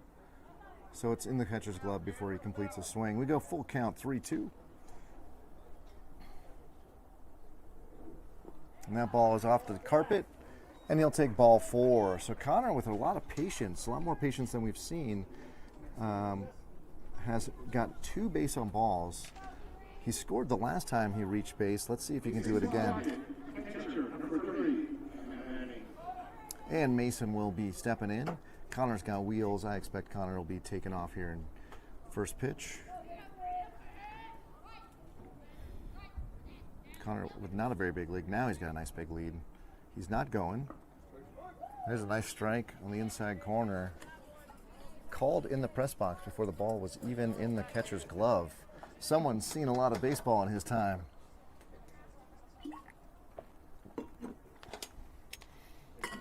Next pitch is nicely stroked into right center. It's going to get past the right fielder. They're going to be running all day long. Mason with a double. Mason now with a triple. And they're going to send him. They're going to send him. There's a play at home. Is it a Little League infield? Home run. A Little League infield, or Little League home run in the park. 2 runs. And that is the delta we needed. I think Coach at third knew that, and that's why he kept sending him. So with the home run for Mason, obviously Connor scores, and we go up 11-3.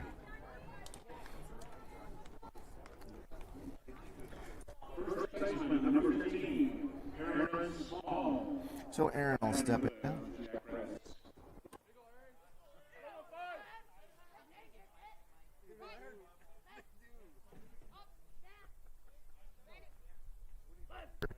The ball skips along quite easily once it got past him. That was a shot. There was a shot. Oh, the second baseman gets eaten up on the high bounce. It's going to be attempted first. And he's safe. Sorry, thank you. Yeah, no worries.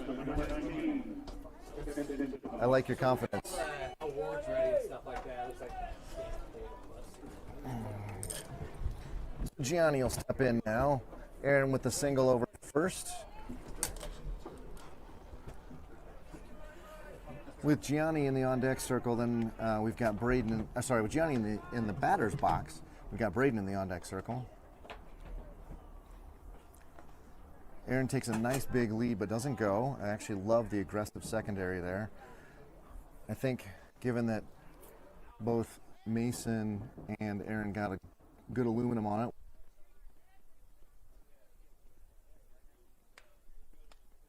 ball into left field, there's no chance the left fielder will be able to see it because he's going to be staring at a giant ball of fusion that's about 8,000 miles or 8 million miles from us, but it's very bright, and a little tiny baseball will not be visible whatsoever. So let's see if Gianni can put one in the air to left field. Ooh, nice move by the pitcher, but Aaron back in time.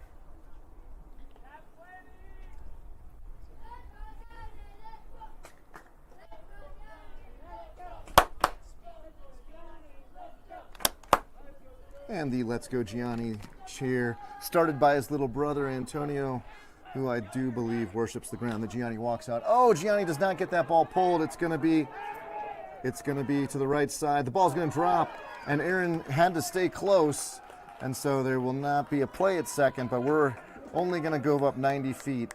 Although to be fair, that's probably all that hit deserves. In that no man's land there, it's probably the right fielder's ball, but it's tough. And so Gianni over there at first, reliving his swing. Aaron out the second. And Braden with the minty fresh in hand. Be looking to get a single here. So we can get for what I expect will be a nice pitch on the outside corner. I expect it will be Brian for the save in the bottom of the 5th.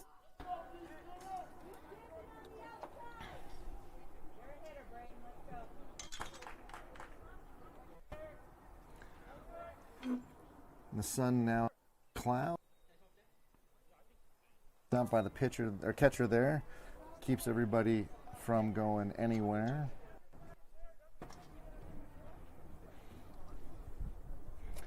Sarah, if you're listening, feeling pretty good about us getting to Dairy Queen before they close tonight. But I don't want to count my blizzards before they are spun in the machine. So we could use a couple more runs here, and Braden's sitting on a 2-1 count. Should be looking fastball, but he can drive.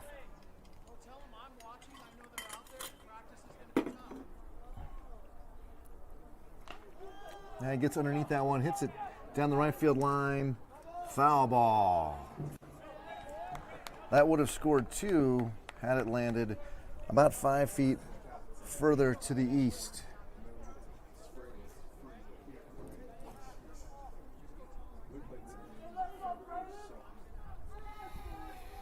So 2 balls, 2 strikes now. Nobody down. Still those 2 runners on. And Brian in the on-deck circle. Braden in the box. He'll be looking for another fastball here that he can drive. Oh, nice curve, but it misses away. Actually broke out of the strike zone. I think had it stayed in the strike zone, though, Braden was all over it. He lets it go, and we get 3 balls and 2 strikes.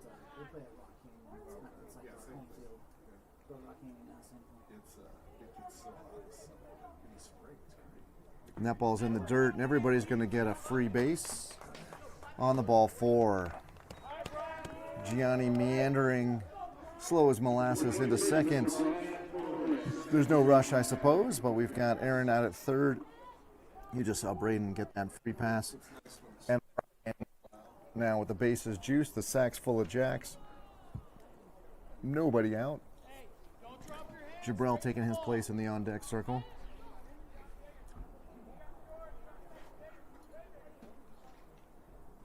And that ball is nicely roped into left.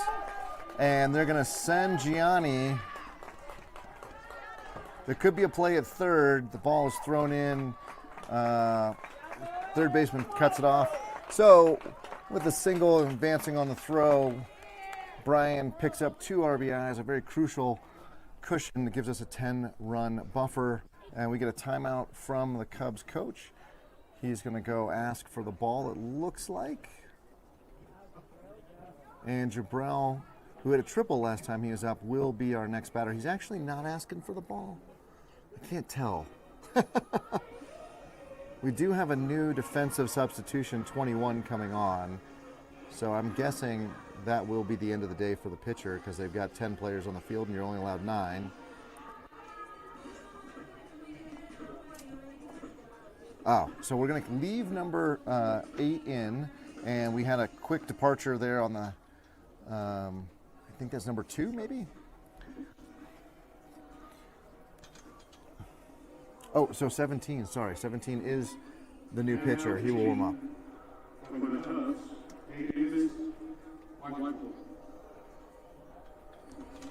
So we'll have the warm up, and I'm going to be back in just a second.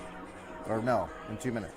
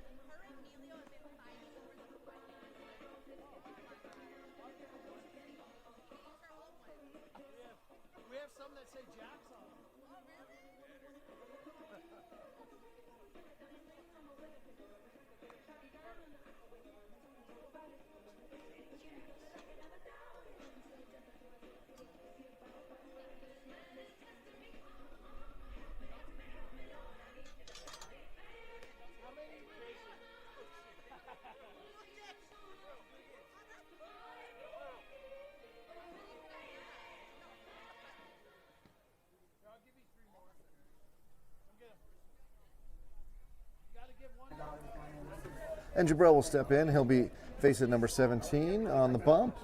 13-3 with 2 runners in scoring position and nobody out for the Jackrabbits. Sitting pretty here. It's funny. They're funny. It gets entertaining. The game is so fast. It's awful. And Jabril swings and misses a high heater for strike 1.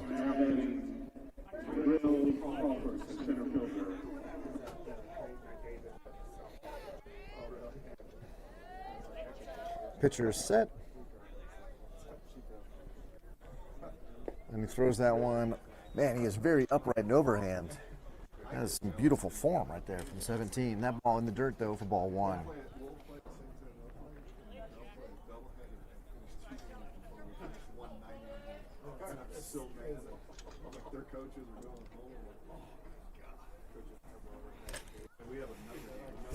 And the next pitch.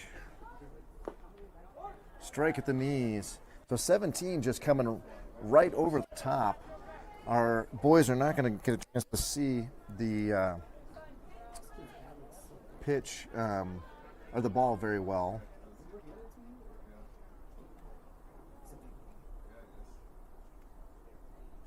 Swing and a miss. So 17 does his job, comes in and gets the first batter out on strikes. Jabril goes down. Shortstop, number 1.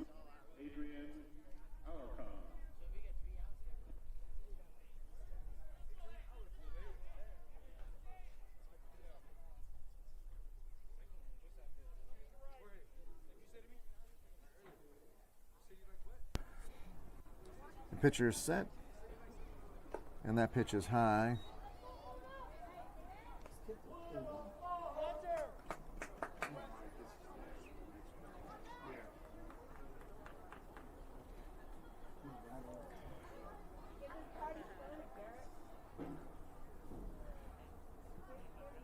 And the next pitch, and Adrian pops that one out of play for ball 1 or for strike 1. I don't know why I keep doing that. Tie in the on-deck circle.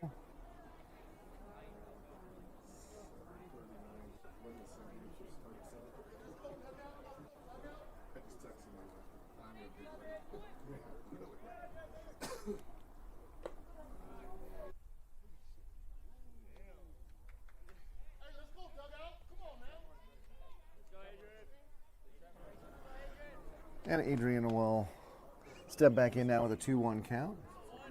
2 runners still in scoring position. A single should put them both over the plate. That ball is, ooh, nice job by the catcher. Keeps it close. The sun's back out, blinding for the left fielder and for the shortstop, I think. Third baseman comfortably in the shadow of the press box, actually. So again, a ball to the left side. It's going to be really tough defensively to handle. So can Adrian do that here?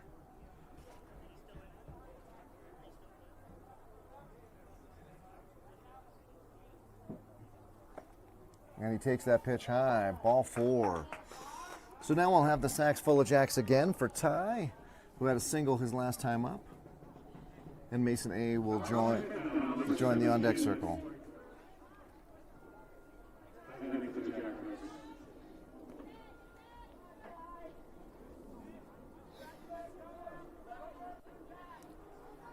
Again, just a wonderful experience here at MSU Denver's facility. Division II RMAC Roadrunners. Everything is so nice and well put together. Ty swings at a pitch inside for strike 1.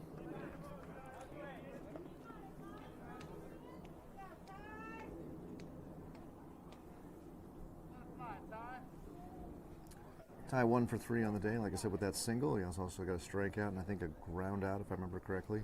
I'm not scoring Game Changer or the score book.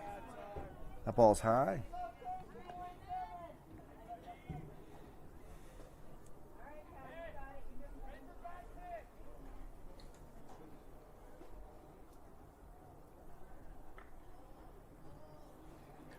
Next pitch. Right there. Strike 2. I don't think I've given a shout out to the rest of the broadcast team Eric is out east, so we miss him. That's partially why my first base camera is never working, because I don't have him putting around helping me with the hardware. And Garrett, Jabrel's dad, is running the scoreboard that you see on the feed. Huge thanks to Garrett for running that. Number 17 with another strikeout.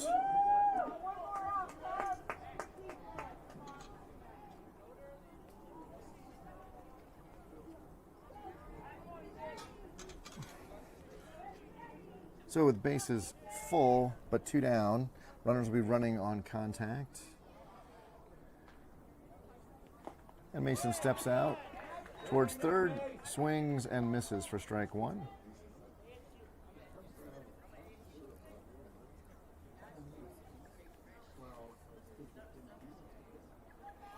'17 set. And that ball's high. The lights are turning on here at the field. You can kind of see that. You look up the light poles there. Sun not quite down, but when it does, this field will be bathed in beautiful LED illumination.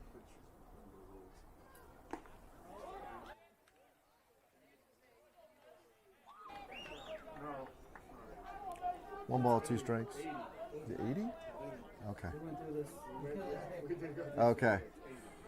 1 ball, 2 strikes, 2 down. Mason needs to be swinging at this pitch here. He does, but he steps towards third and he strikes out. So 17 comes in, strikes out the first 3 batters he sees. Your Jackrabbits do score 4. They go up 13-3. It is important here that the Jackrabbits play well defensively. We're going to have Brian, who pitches to contact, I believe, on the mound, which means that the defense makes the plays, and we are champions. If they don't, the Cubs will close the gap and we'll be playing another inning. So all on the shoulders of the defense here.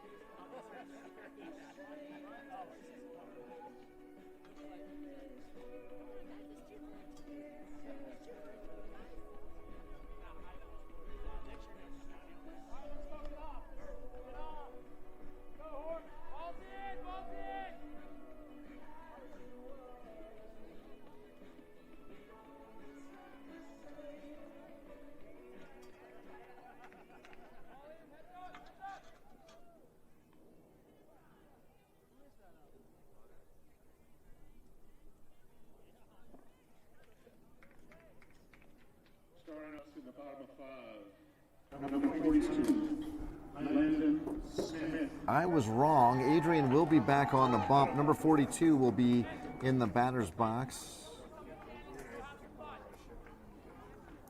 So that's the bottom of the order. So you would really hope that Adrian would throw strikes here and challenge number 42 before we get to the top of the order.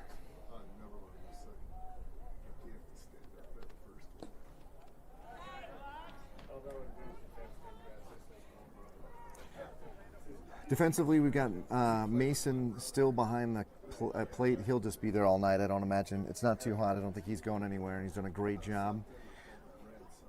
Next pitch. Fouled off. Strike one. Down at first, we've got Mason A. At second, we've got Aaron. We've got Gianni at short and Jabrell at third. Connor in left. Braden in center. And Ty in right. Some of our best gloves out there, but missing is Brian. And that ball is shot right up the middle. So Brian being one of the better gloves we got on the team. I always call him Dyson because he sucks up everything in his way. And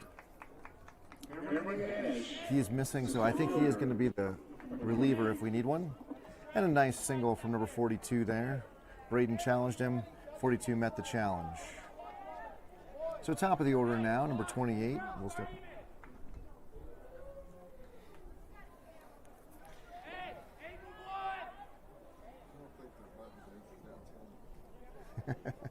But if they score 3, then they can force another inning. Yeah. And that ball bounces on the carpet for ball 1.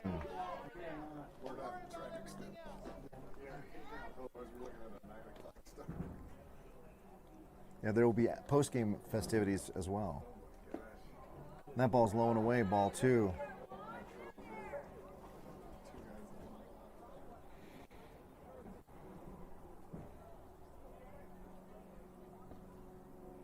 And the next pitch is held. Oh no, that Mason decides to throw that ball into third, and we're just going to whip the ball around like it's Little League.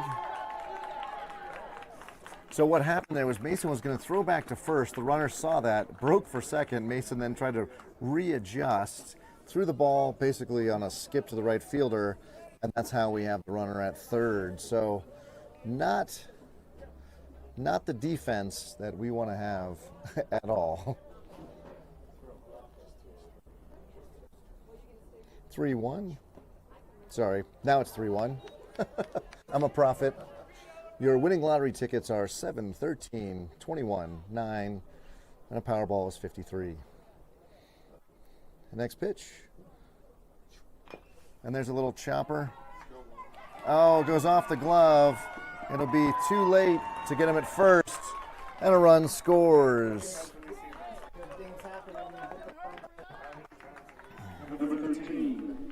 So that was one where the turf helped because Adrian mistimed the jump, not realizing how high the ball was going to have to be hit, or how high the ball was going to go on the bounce off the turf. So the run scores. We got 13-4. Now there's a runner out at first. Runner's going. He's going to steal that pretty easily on the pitcher. Great throw from Mason, but the runner was 18, 20 feet off the base before the pitch was even coming to the plate. So runner in scoring position. The runner that matters is number 13. He's the one that will close the 8-run deficit. Or he would make it 7. That ball's outside.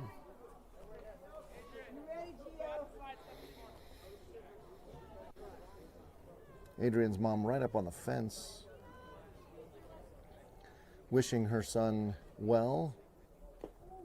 And there's a strike on the inside corner.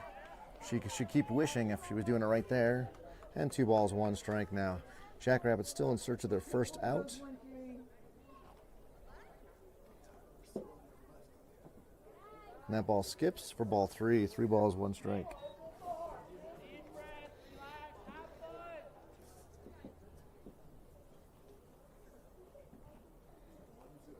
Adrian's dad's pacing. Man, I'm feeling for them right now. He's the father of a pitcher. Swing and a miss.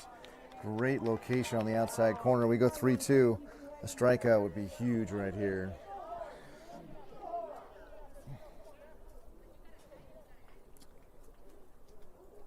Strike 3. That was nicely placed. He went outside, then he went inside. I'm happy to report for the press box that the food is arriving.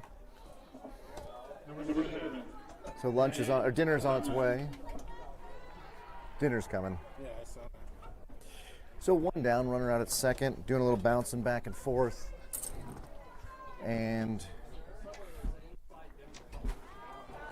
that ball skips on the carpet. Good backhand by Mason to grab it.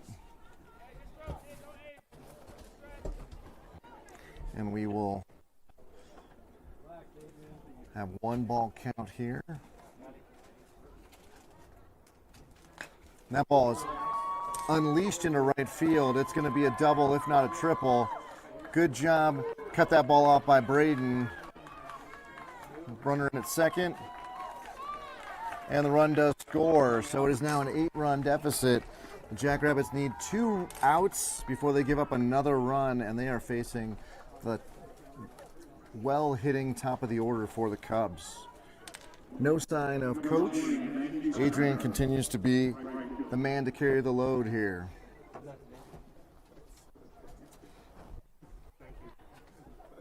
And that ball is hit through the right side. And it gets underneath Ty's legs. It's going to send the runner home. And there goes the 8-run deficit. Folks, we're going to play a 6th inning. And Sarah, I'm a little more worried now about the Dairy Queen solution. So the runner out at first on the single.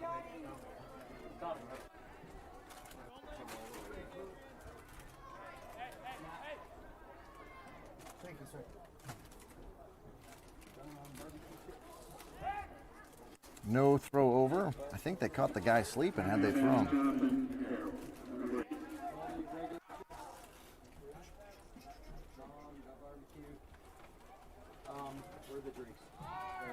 And that ball hit right at our left fielder. He drops it. And they'll get the ball in.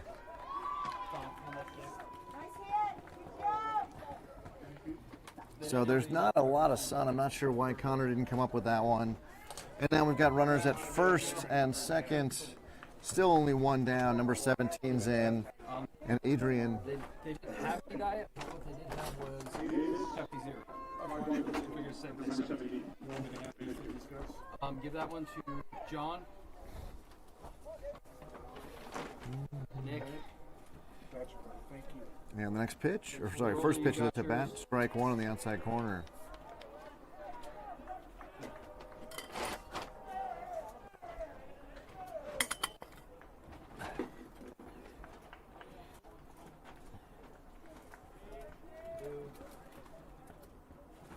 And the next pitch was an attempted curve, but it doesn't break in time. Ball one. 1 ball, 1 strike here.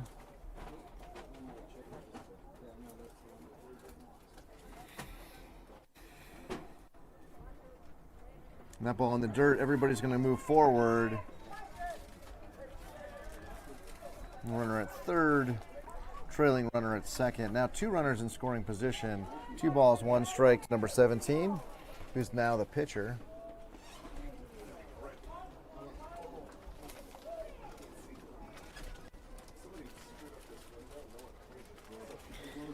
All right, so now Adrian with a deep breath. Also almost at 50 pitches, which is more than he usually throws, I think. Swing and a miss.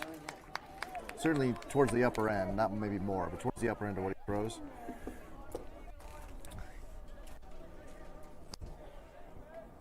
It feels like all the momentum has moved from the Jackrabbits dugout to the Cubs as they sit there with 2 runners in scoring position and a 2-2 count now.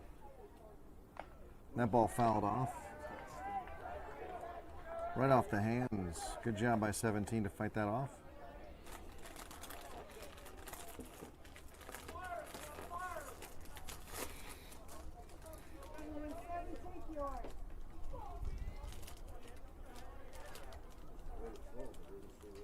Swing and a miss. So we get the second out of the inning.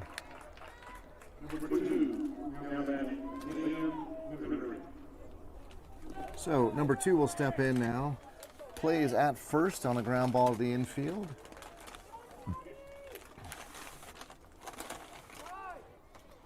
Infield playing number 2 deep.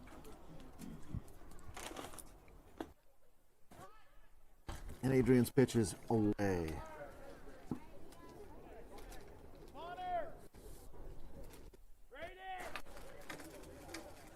Now the action coming in a little bit.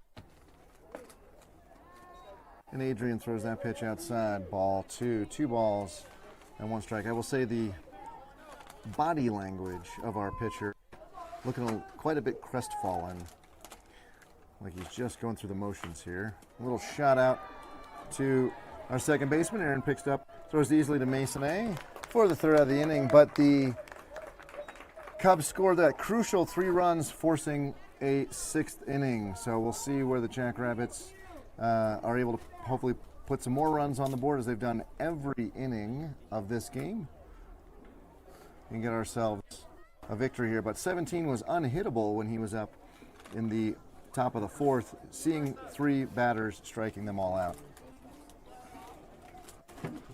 And who will be up for us? I think that Mason or Connor will lead off for us. I'll be back.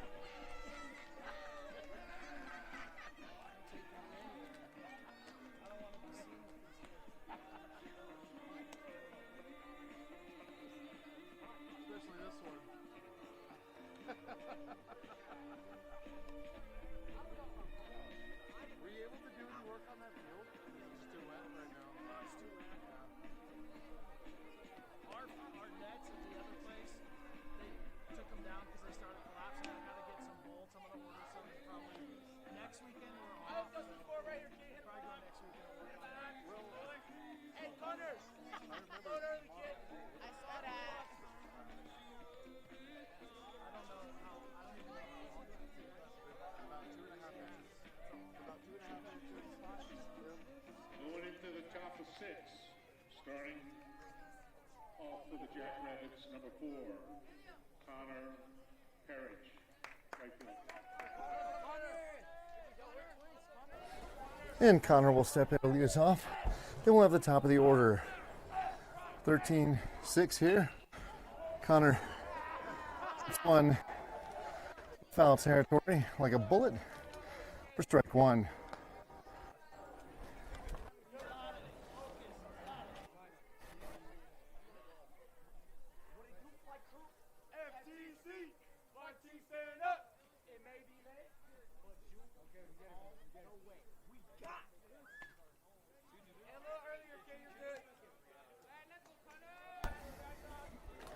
Mason S in the on-deck circle.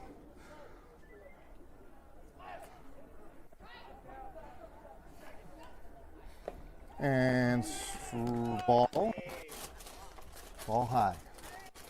That's one thing we can't really tell from the press box here, when those balls are just above the zone. It's 1 ball, 2 strikes now. And he swings. The ball's dropped. They will have to throw to first to make it official. And they do, no problem.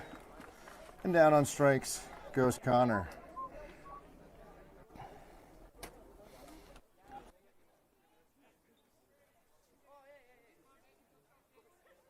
Now batting number 3, Mason Sloggett.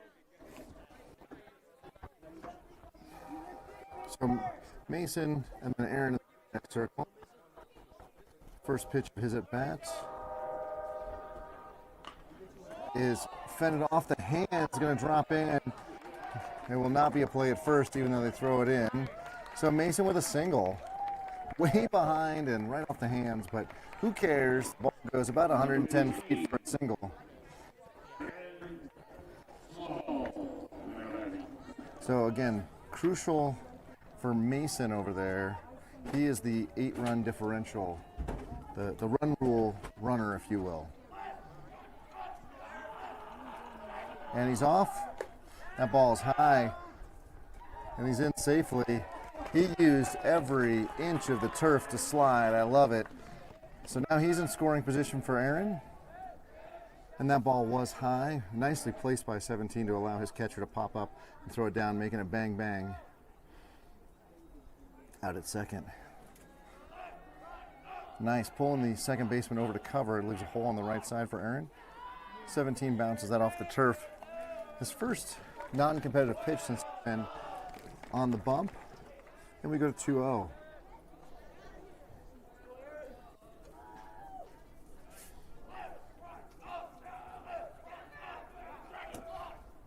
And a little dinker down to third and throw to first.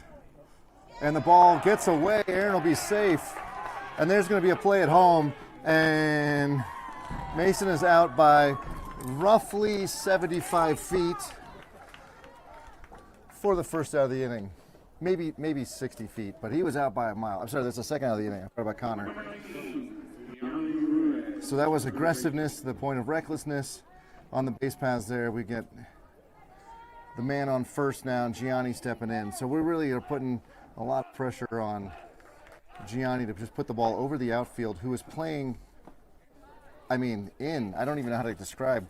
The left fielder is playing basically deep shortstop, and center fielder also. So they're going to give up a long drive here to keep anybody from scoring. So Gianni's got to do a job. And he's going to take that one in the tushy. Gianni leads the team in bruises by a long shot. He, I believe at one point he was up almost 2-1 over his closest competitor. Let me go check real quick on the stats here.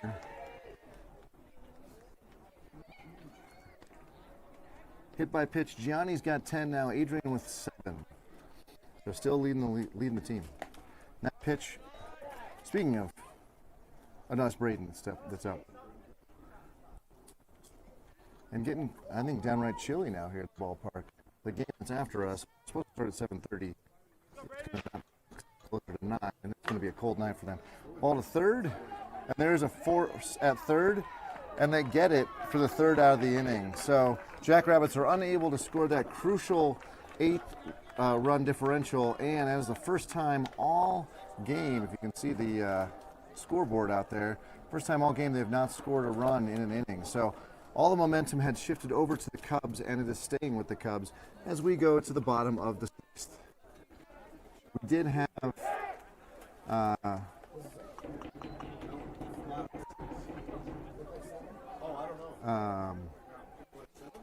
Adrian has, where's it? Adrian at 54 pitches. We play 7, yep. Adrian at 54 pitches means that he's got probably at least one more inning. The hard pitch count is 80. So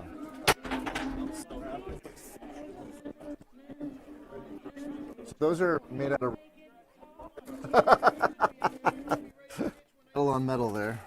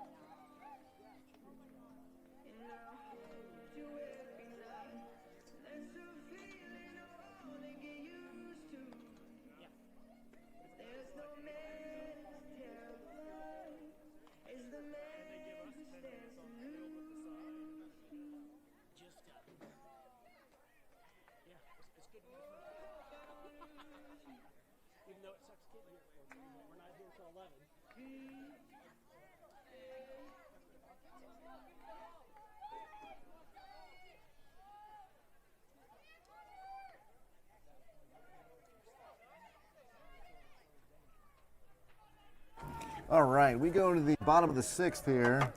Oh, who gets this giant thing? That thing is gaudy, ridiculous. I love it. No, it might fit Paul's hand. Three fingers. It's like a bracelet. It is almost a bracelet. That's amazing. All right, Adrian will step in. Sorry, we're getting a chance to see the winners. And there's a first pitch swing hit to the pitcher who gets it over to first. So Adrian to Mason for 1 pitch, 1 out. We like that. And the Jackrabbits whip that around the infield. Mason still catching. Adrian again on the bump, as we just saw. Mason A over at first, where he will probably spend the rest of the season due to that injury. Brian at second now. Gianni at short, and Aaron at third. And Adrian with a strike there to number 5, the lefty. Jabrell in left. Braden in center, and Ty in right. And there's a curve that comes out all funny. Ball 1. 1 ball, 1 strike now. Did we double check the roster size to make sure we have nothing up? Yeah, you got both rosters right there. And the next pitch. Inside the knees. I'll take it. Strike 2. Broadcaster gets one, right?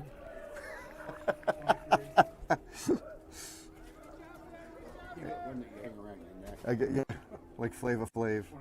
Everybody at the office will be duly impressed. And we get stepping off, have a conversation here. It looks like Adrian doesn't like either his jersey was bothering him or he doesn't like the pitch call there. 1 ball, 2 strikes now, 1 down. Wind up and the pitch. Yeah. May have asked for that curve, but he didn't execute it very well, so we'll go to 2-2. It's kind of cool. Coach Paul put out the call for Jackrabbits old and new to come join, and we've got been visited by some of the folks who moved on from Jackrabbits because they got too old last season. Swing and a miss on strike 3. So Ricardo, Jorge, and Teddy are all in the dugout, or at least I saw, and I think maybe 1 or 2 others. Families showed up, and then some of the 13U team have also shown up. So Coach Paul letting the 13U boys know that, hey, you too could play here next year. So 2 down, nobody on. Number 21 steps in. He's 0 for 2 on the day, according to Game Changer. And Adrian with the next pitch is high and inside. It only took Adrian 57 pitches to get comfortable on the mound, but he looks good out there now.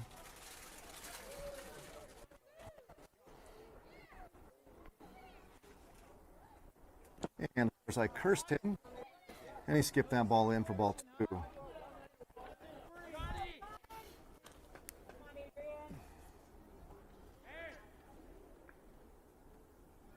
Getting dark enough here now that definitely the lights are necessary.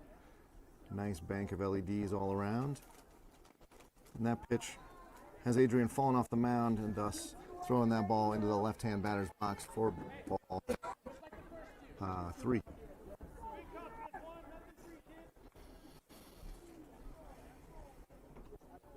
And the windup and the pitch is way low, and 21 will take first on the free pass.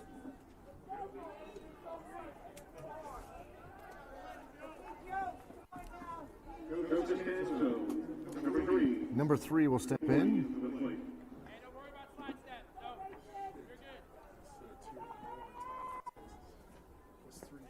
And that ball is only 59 feet in the air for ball 1.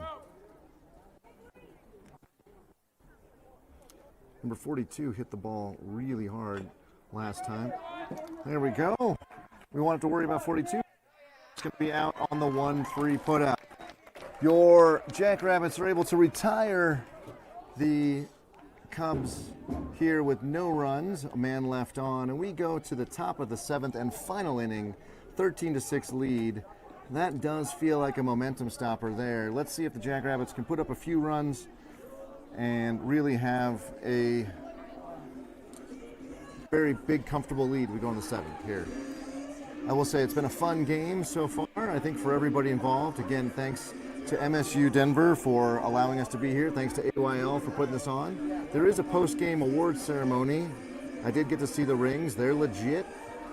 You're going to want to wear them to impress all the kids in your 8th grade algebra class. Regardless of the results here, if you're the champion or the runner-up, they are, as the kids used to say, baller. I have no idea what the kids today say.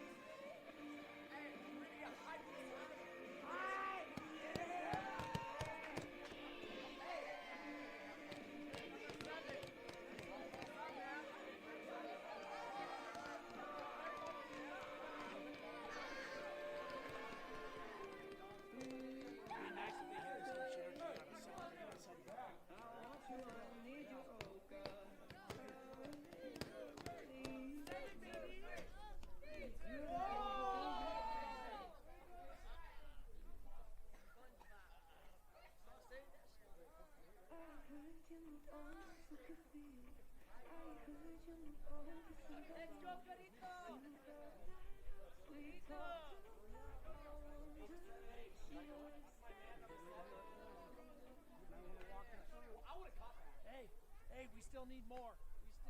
Let's go. And balls are in. Ball's been thrown down by the catcher. A beautiful strike to his shortstop. Now the pitcher with the ball. We are right in the middle of the order. We'll have Brian, Jabrell, Adrian. With those gentlemen gone, we've got Ty, Mason, and Connor.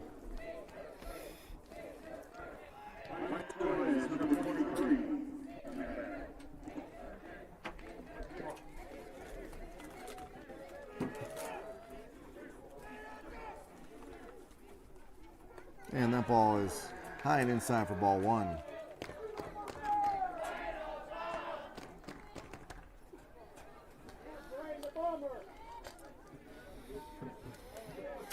Good chant of Buenos Ojos from the dugout.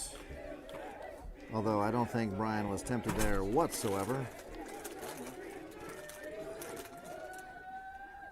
And he hits that one off the hands. Jabrell with a nice catch off the net, actually.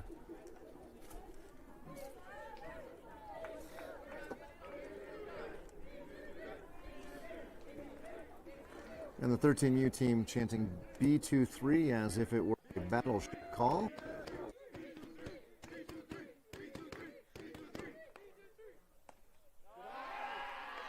Uh, 3-1. Sorry, 2-1.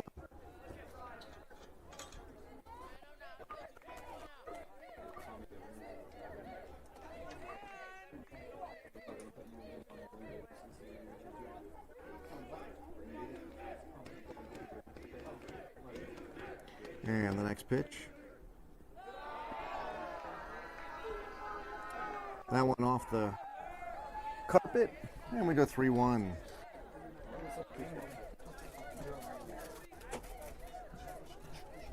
B23 ringing out from the 13U team. So if that's your bingo number, you can yell it. Just kidding, I know that the B column only goes to 15. That ball is high. Going to first, though, is Brian. I had my share of daubers. It's one of the things we did in college when we didn't have any money. We could go spend all night at the bingo hall for about like 15 or 20 bucks, I think. We did one time get yelled at by a man clearly in his retirement phase of life, asking if we were there to play bingo or to party. We didn't think they were mutually exclusive like he did. Runner at first now. Jabrell takes that pitch high. Jabrell's 1 for 4 on the day, but it has a triple to show for it and a couple of RBIs.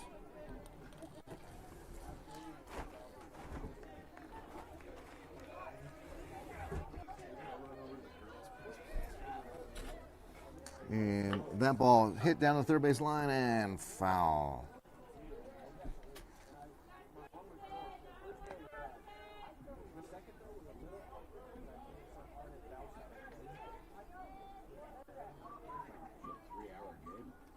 We come up on 3 hours? Wow. That's true. We just started at 5:30. We're coming up on. You'll get 3 hours out of this. A lot of baseball. We got 19 people watching the live stream, keeping them all entertained. A full 19. Weren't you down to college that you played bingo?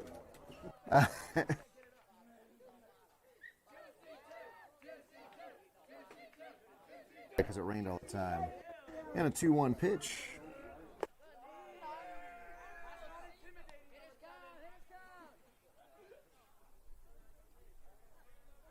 What?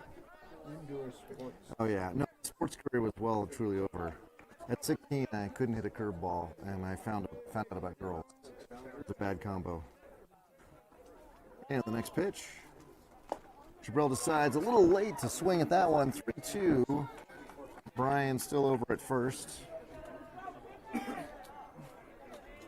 lights stay on forever. I was a diver on a swimming team. Oh, nice. Joval, huh? And the next pitch.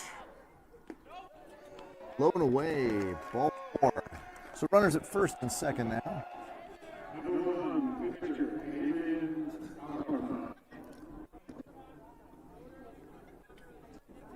Adrian now going from the mound to the batter's box. With runners in scoring position out there at second. And the trail runner at first. Not holding Jabril on, so Jabril with a giant lead. The ball gets into the outfield. Expect Jabril to get to third, if not home. Jabril's got to be smart, though, not get back picked. Not going to be a throw.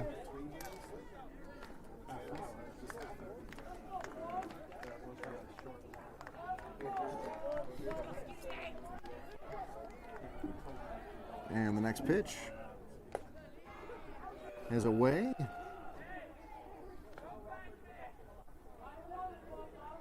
Coach Hunter worried about the same thing I am, yelling at Jabril, no back pick. We just really need the runner at second to be that crucial. Well, I guess we're in the 7th inning, so it doesn't really matter. We're going to finish this game regardless. Don't be stupid and get back picked. Big hole on the right side. Adrian's going to take that one inside, though. And ball 3.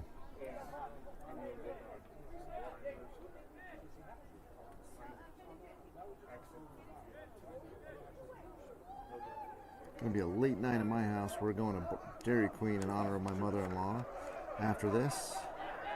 And there's still probably a good 30 minutes baseball left. Strike 1. Adrian was waiting on, or taking on that one. He wasn't swinging. I think some of the boys still have school. Some of the boys are done with school. So for those that are done with school, obviously they can have a lie-in. But for the game starting after us, it will be... could be as late as midnight before that game's over. And we go bases loaded on the ball 4. So sacks full of jacks again.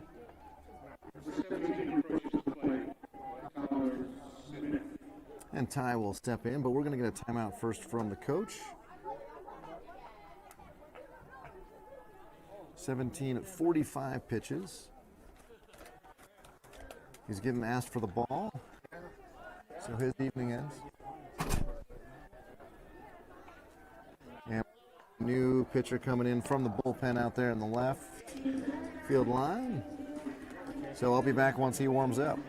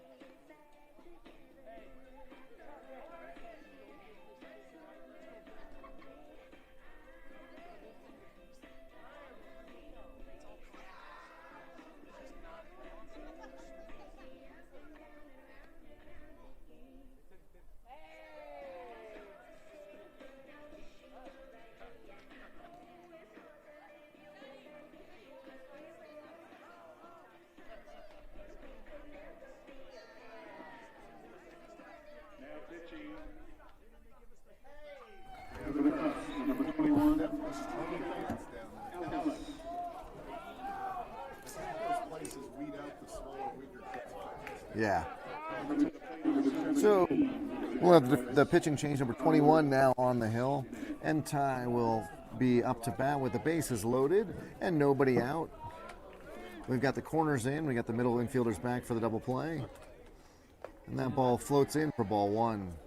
We'll sacrifice the win for time. And next pitch on its way. That one's high.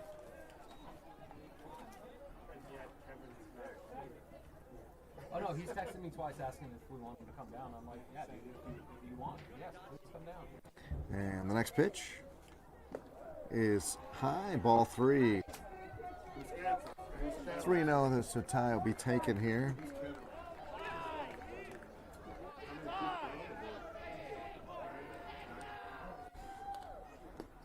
And that's a strike. Stop giving him a target.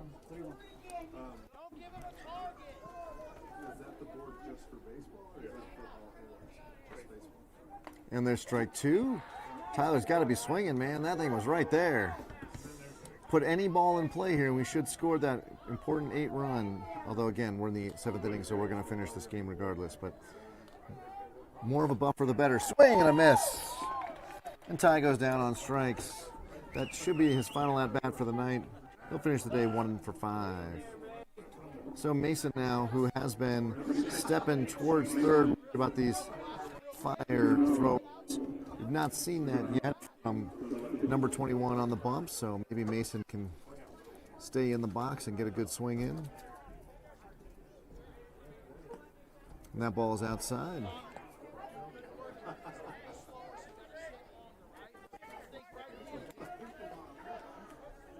Yeah, you can go up there.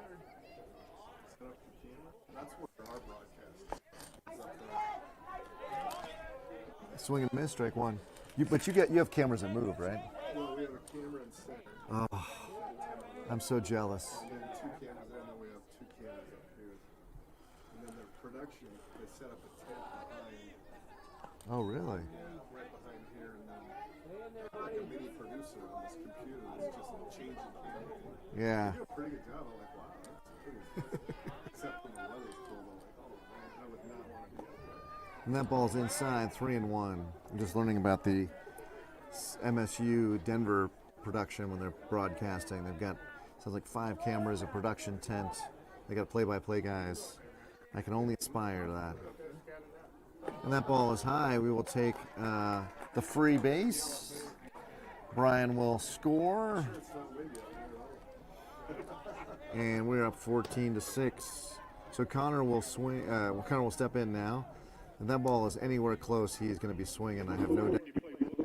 And Mason S in the on-deck circle. Connor's 1 for 2 on the day, having taken a couple of walks already. There was a nice pitch. Strike one. That was strike one on the inside corner. Maybe the inside corner. And Connor decides too late to swing on that one. Strike two. Connor in a bit of a slump here. I know he has the hit already today, but it was that phase where he was batting like 800, which obviously that's not going to last forever either. And that ball away.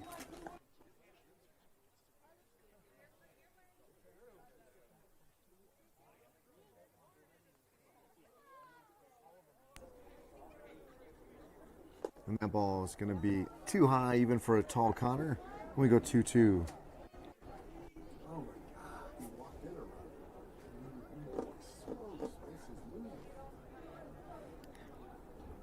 And that ball skips off the turf.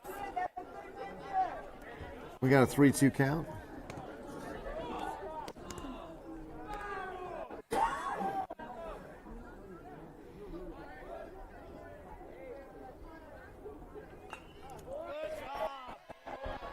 I should point out that no one is holding on. Hey, keep battling. Head in there. Let's go. Now he has to be worried he doesn't get backpicked or doubled up in the event that there is a kind of a line drive or pop up. 3-2. Strike three. Oh, Connor's got a swing at that.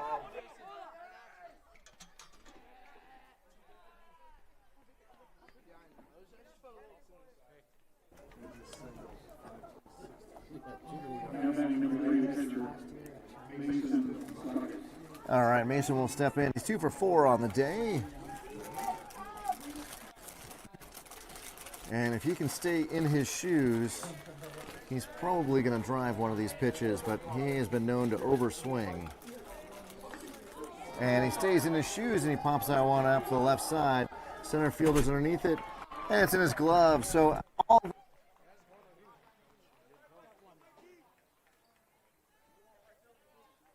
Adrian, you stay. We got 14 pitches. Let's use them.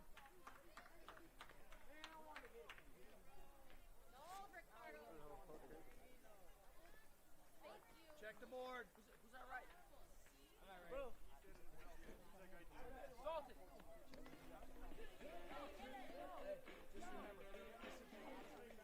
Hey. Glove. Where's Mason's glove?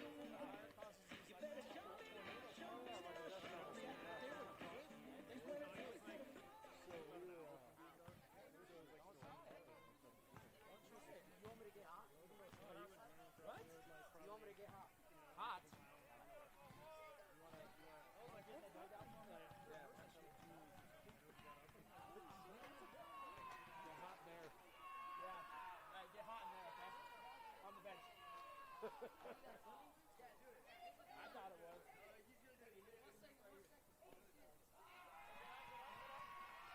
I'm not one.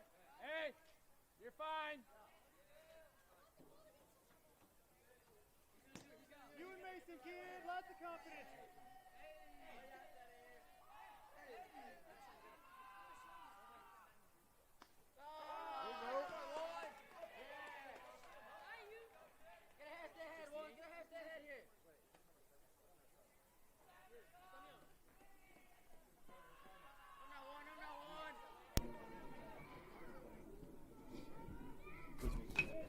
Whoa. He's got a base hit. 40, 42's had a good day. All right, ladies and gentlemen, we've been on here so long that my transmitter died on me, but you saw that 42 with a leadoff single. Adrian at 68 pitches.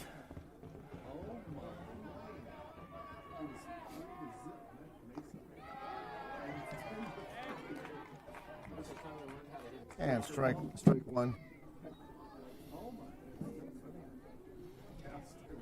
And Adrian with the next pitch. In the dirt, goes to the backstop. Mason kind of falls on himself. A runner takes second. On the wild pitch.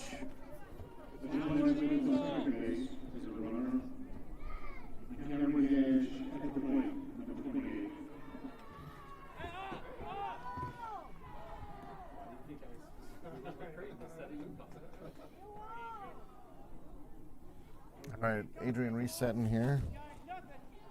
We need the Adrian of last inning to show up here and pitch his last 9 pitches. That's the Adrian of this inning. That's 2 balls, 1 strike now.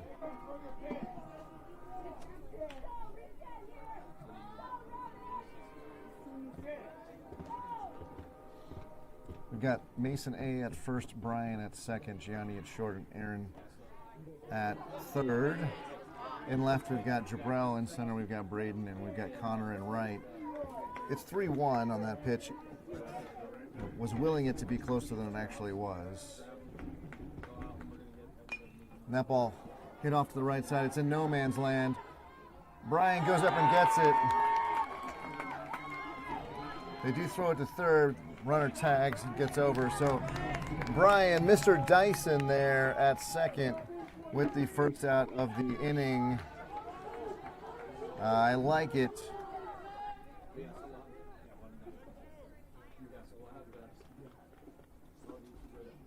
And both umps say he is safe. He didn't leave early. And I think this may be the end of the day for Adrian. 74 pitches, so he's got to be done. So we'll see who's going to finish the game off. It was Brian who was warming up earlier. It is going to be Brian who just made that catch. Yeah, get to.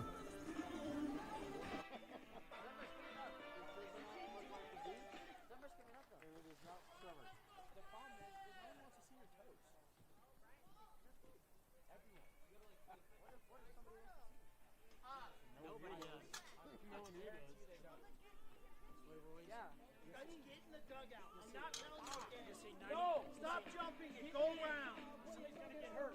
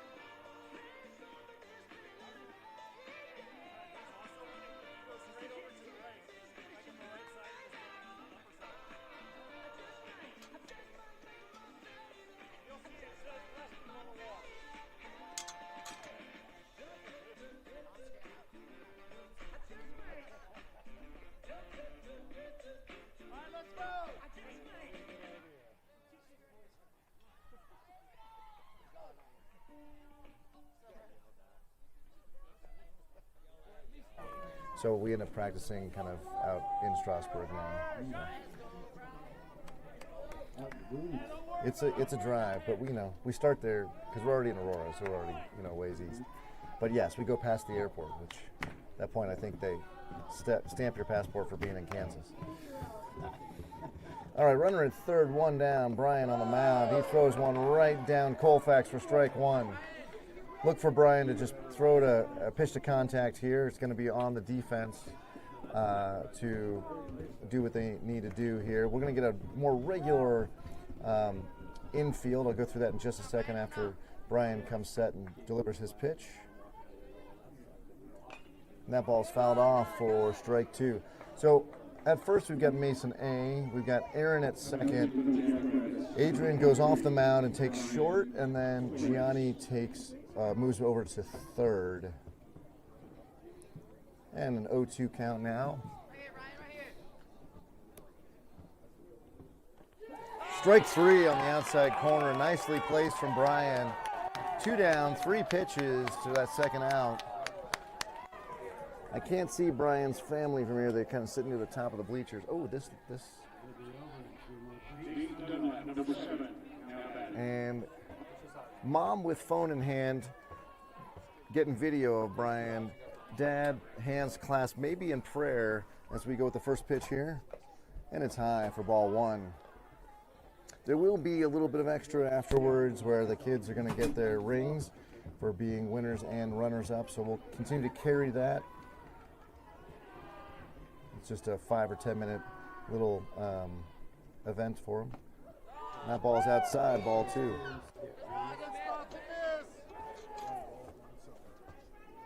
Oh, that's helpful. First place gets gold, second place gets silver. Who'd have thunk it? Third place is silver could have been flat. That's true. Super gold. Funny stat about first, second, and third of the Olympics. The happiest guy is the guy who wins. The second happiest guy is the guy who gets third place. And then the second place guy is the saddest because he was the first loser. The third place guy is just like, I'm happy I'm on the podium. So a 3-0 count now. That ball skips off the turf and we'll go down to first with a really hard run for number 7.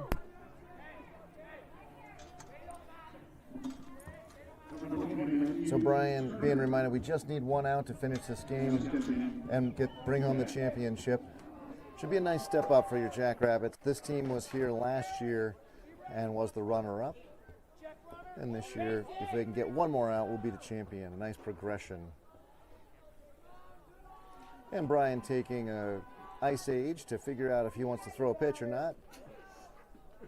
And he steps off. He's decided he does not want to throw a pitch. Yeah. Pitch clock. We could have used an hourglass there. That would have been. And Brian back on the bump. He just has a fastball. It's not going to be that tricky. And the throw down to second. Sails into the outfield. And we're just going to give away runs for funds. There, that runner scores. The runner goes to third.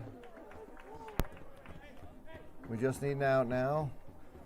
So good job by the Cubs to not just kind of roll over and give up. They are pushing, and they believe in themselves, judging by the volume of cheers from the dugout. It's still a game to be had here. And that might be the 6th straight ball from Brian.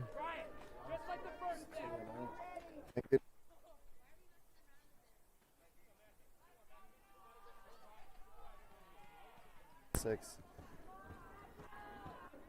And unfortunately, we'd be chanting ball 7 here. So Brian's short arming it. Same problem that Adrian had. If Brian can't get the job done here, it's probably Aaron, our current second baseman, would get the call. But 3-0 count.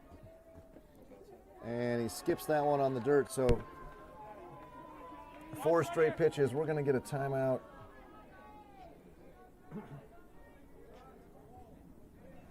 And Paul going to have a conversation with Brian. Is the infield coming in?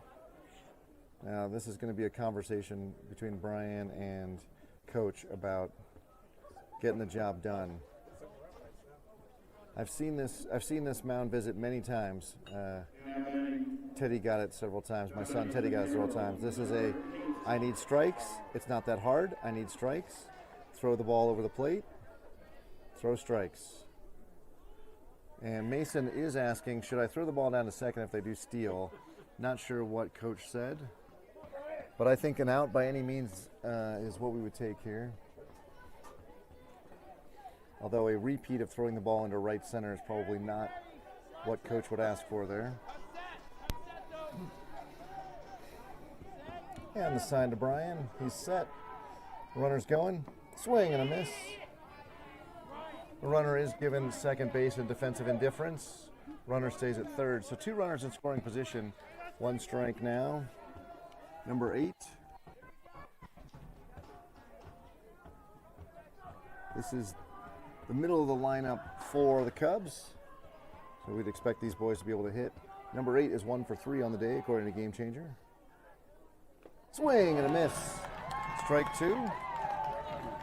That was a good pitch. That was a nice pitch, nicely located. It's in his zone. Mason, why are you in a zone? What are you doing? What are you doing? Yeah. Yeah, don't mess this up. Just 1 strike. Hopefully whatever Mason said doesn't mess with the mojo. It does not mess with the mojo. Your Jackrabbits are victorious. They are AYL champions. It's been a season for them. Congratulations to all your Jackrabbits. Also want to shout out the Cherry Creek Cubs. They made the championship. If they are able to come back next year with some of their squad, I hope they do. Your Jackrabbits will get their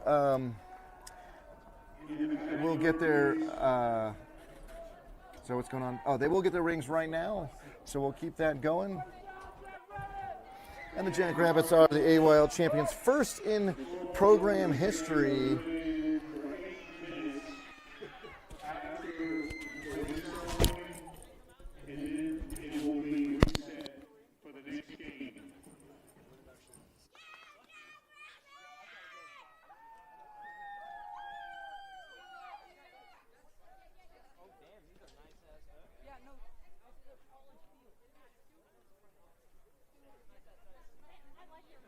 For the runner-ups of the High School Prep National World Series, number 1, Cameron Dash.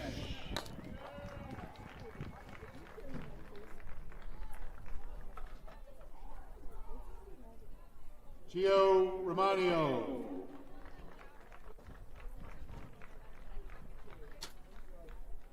Nate Dunlap. Matthew Turner. Jonathan Harrell. Davis Whipple.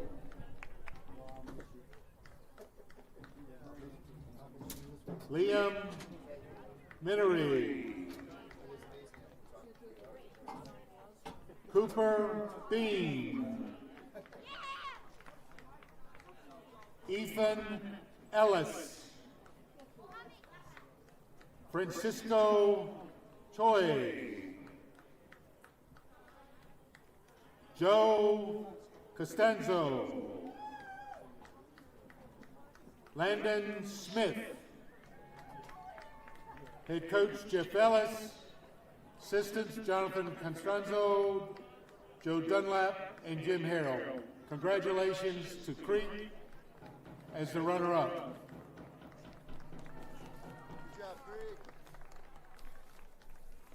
Now for the National League High School Prep champions, the Colorado Jackrabbits. Mason Sloggett. Aaron Small. Gianni Ruiz. Braden Giger. Brian Torres. Jabril Crawford. Adrian Alarcon. Tyler Smith. Mason Antiniandro. Connor Parchich. Dalton Holloway. Head coach Paul Reel. Assistant coaches Hunter Reel and Nick Small. Congratulations. Start the clock.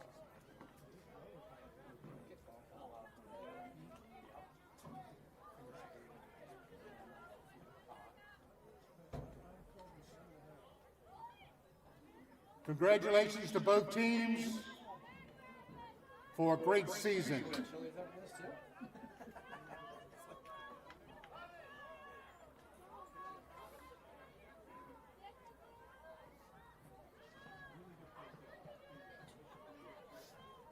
Get off the field!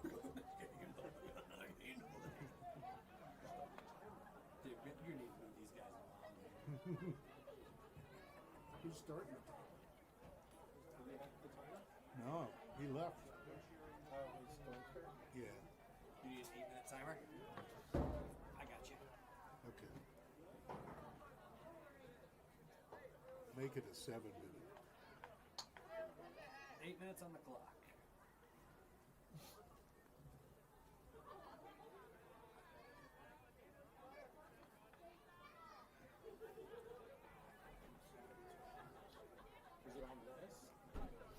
Yeah.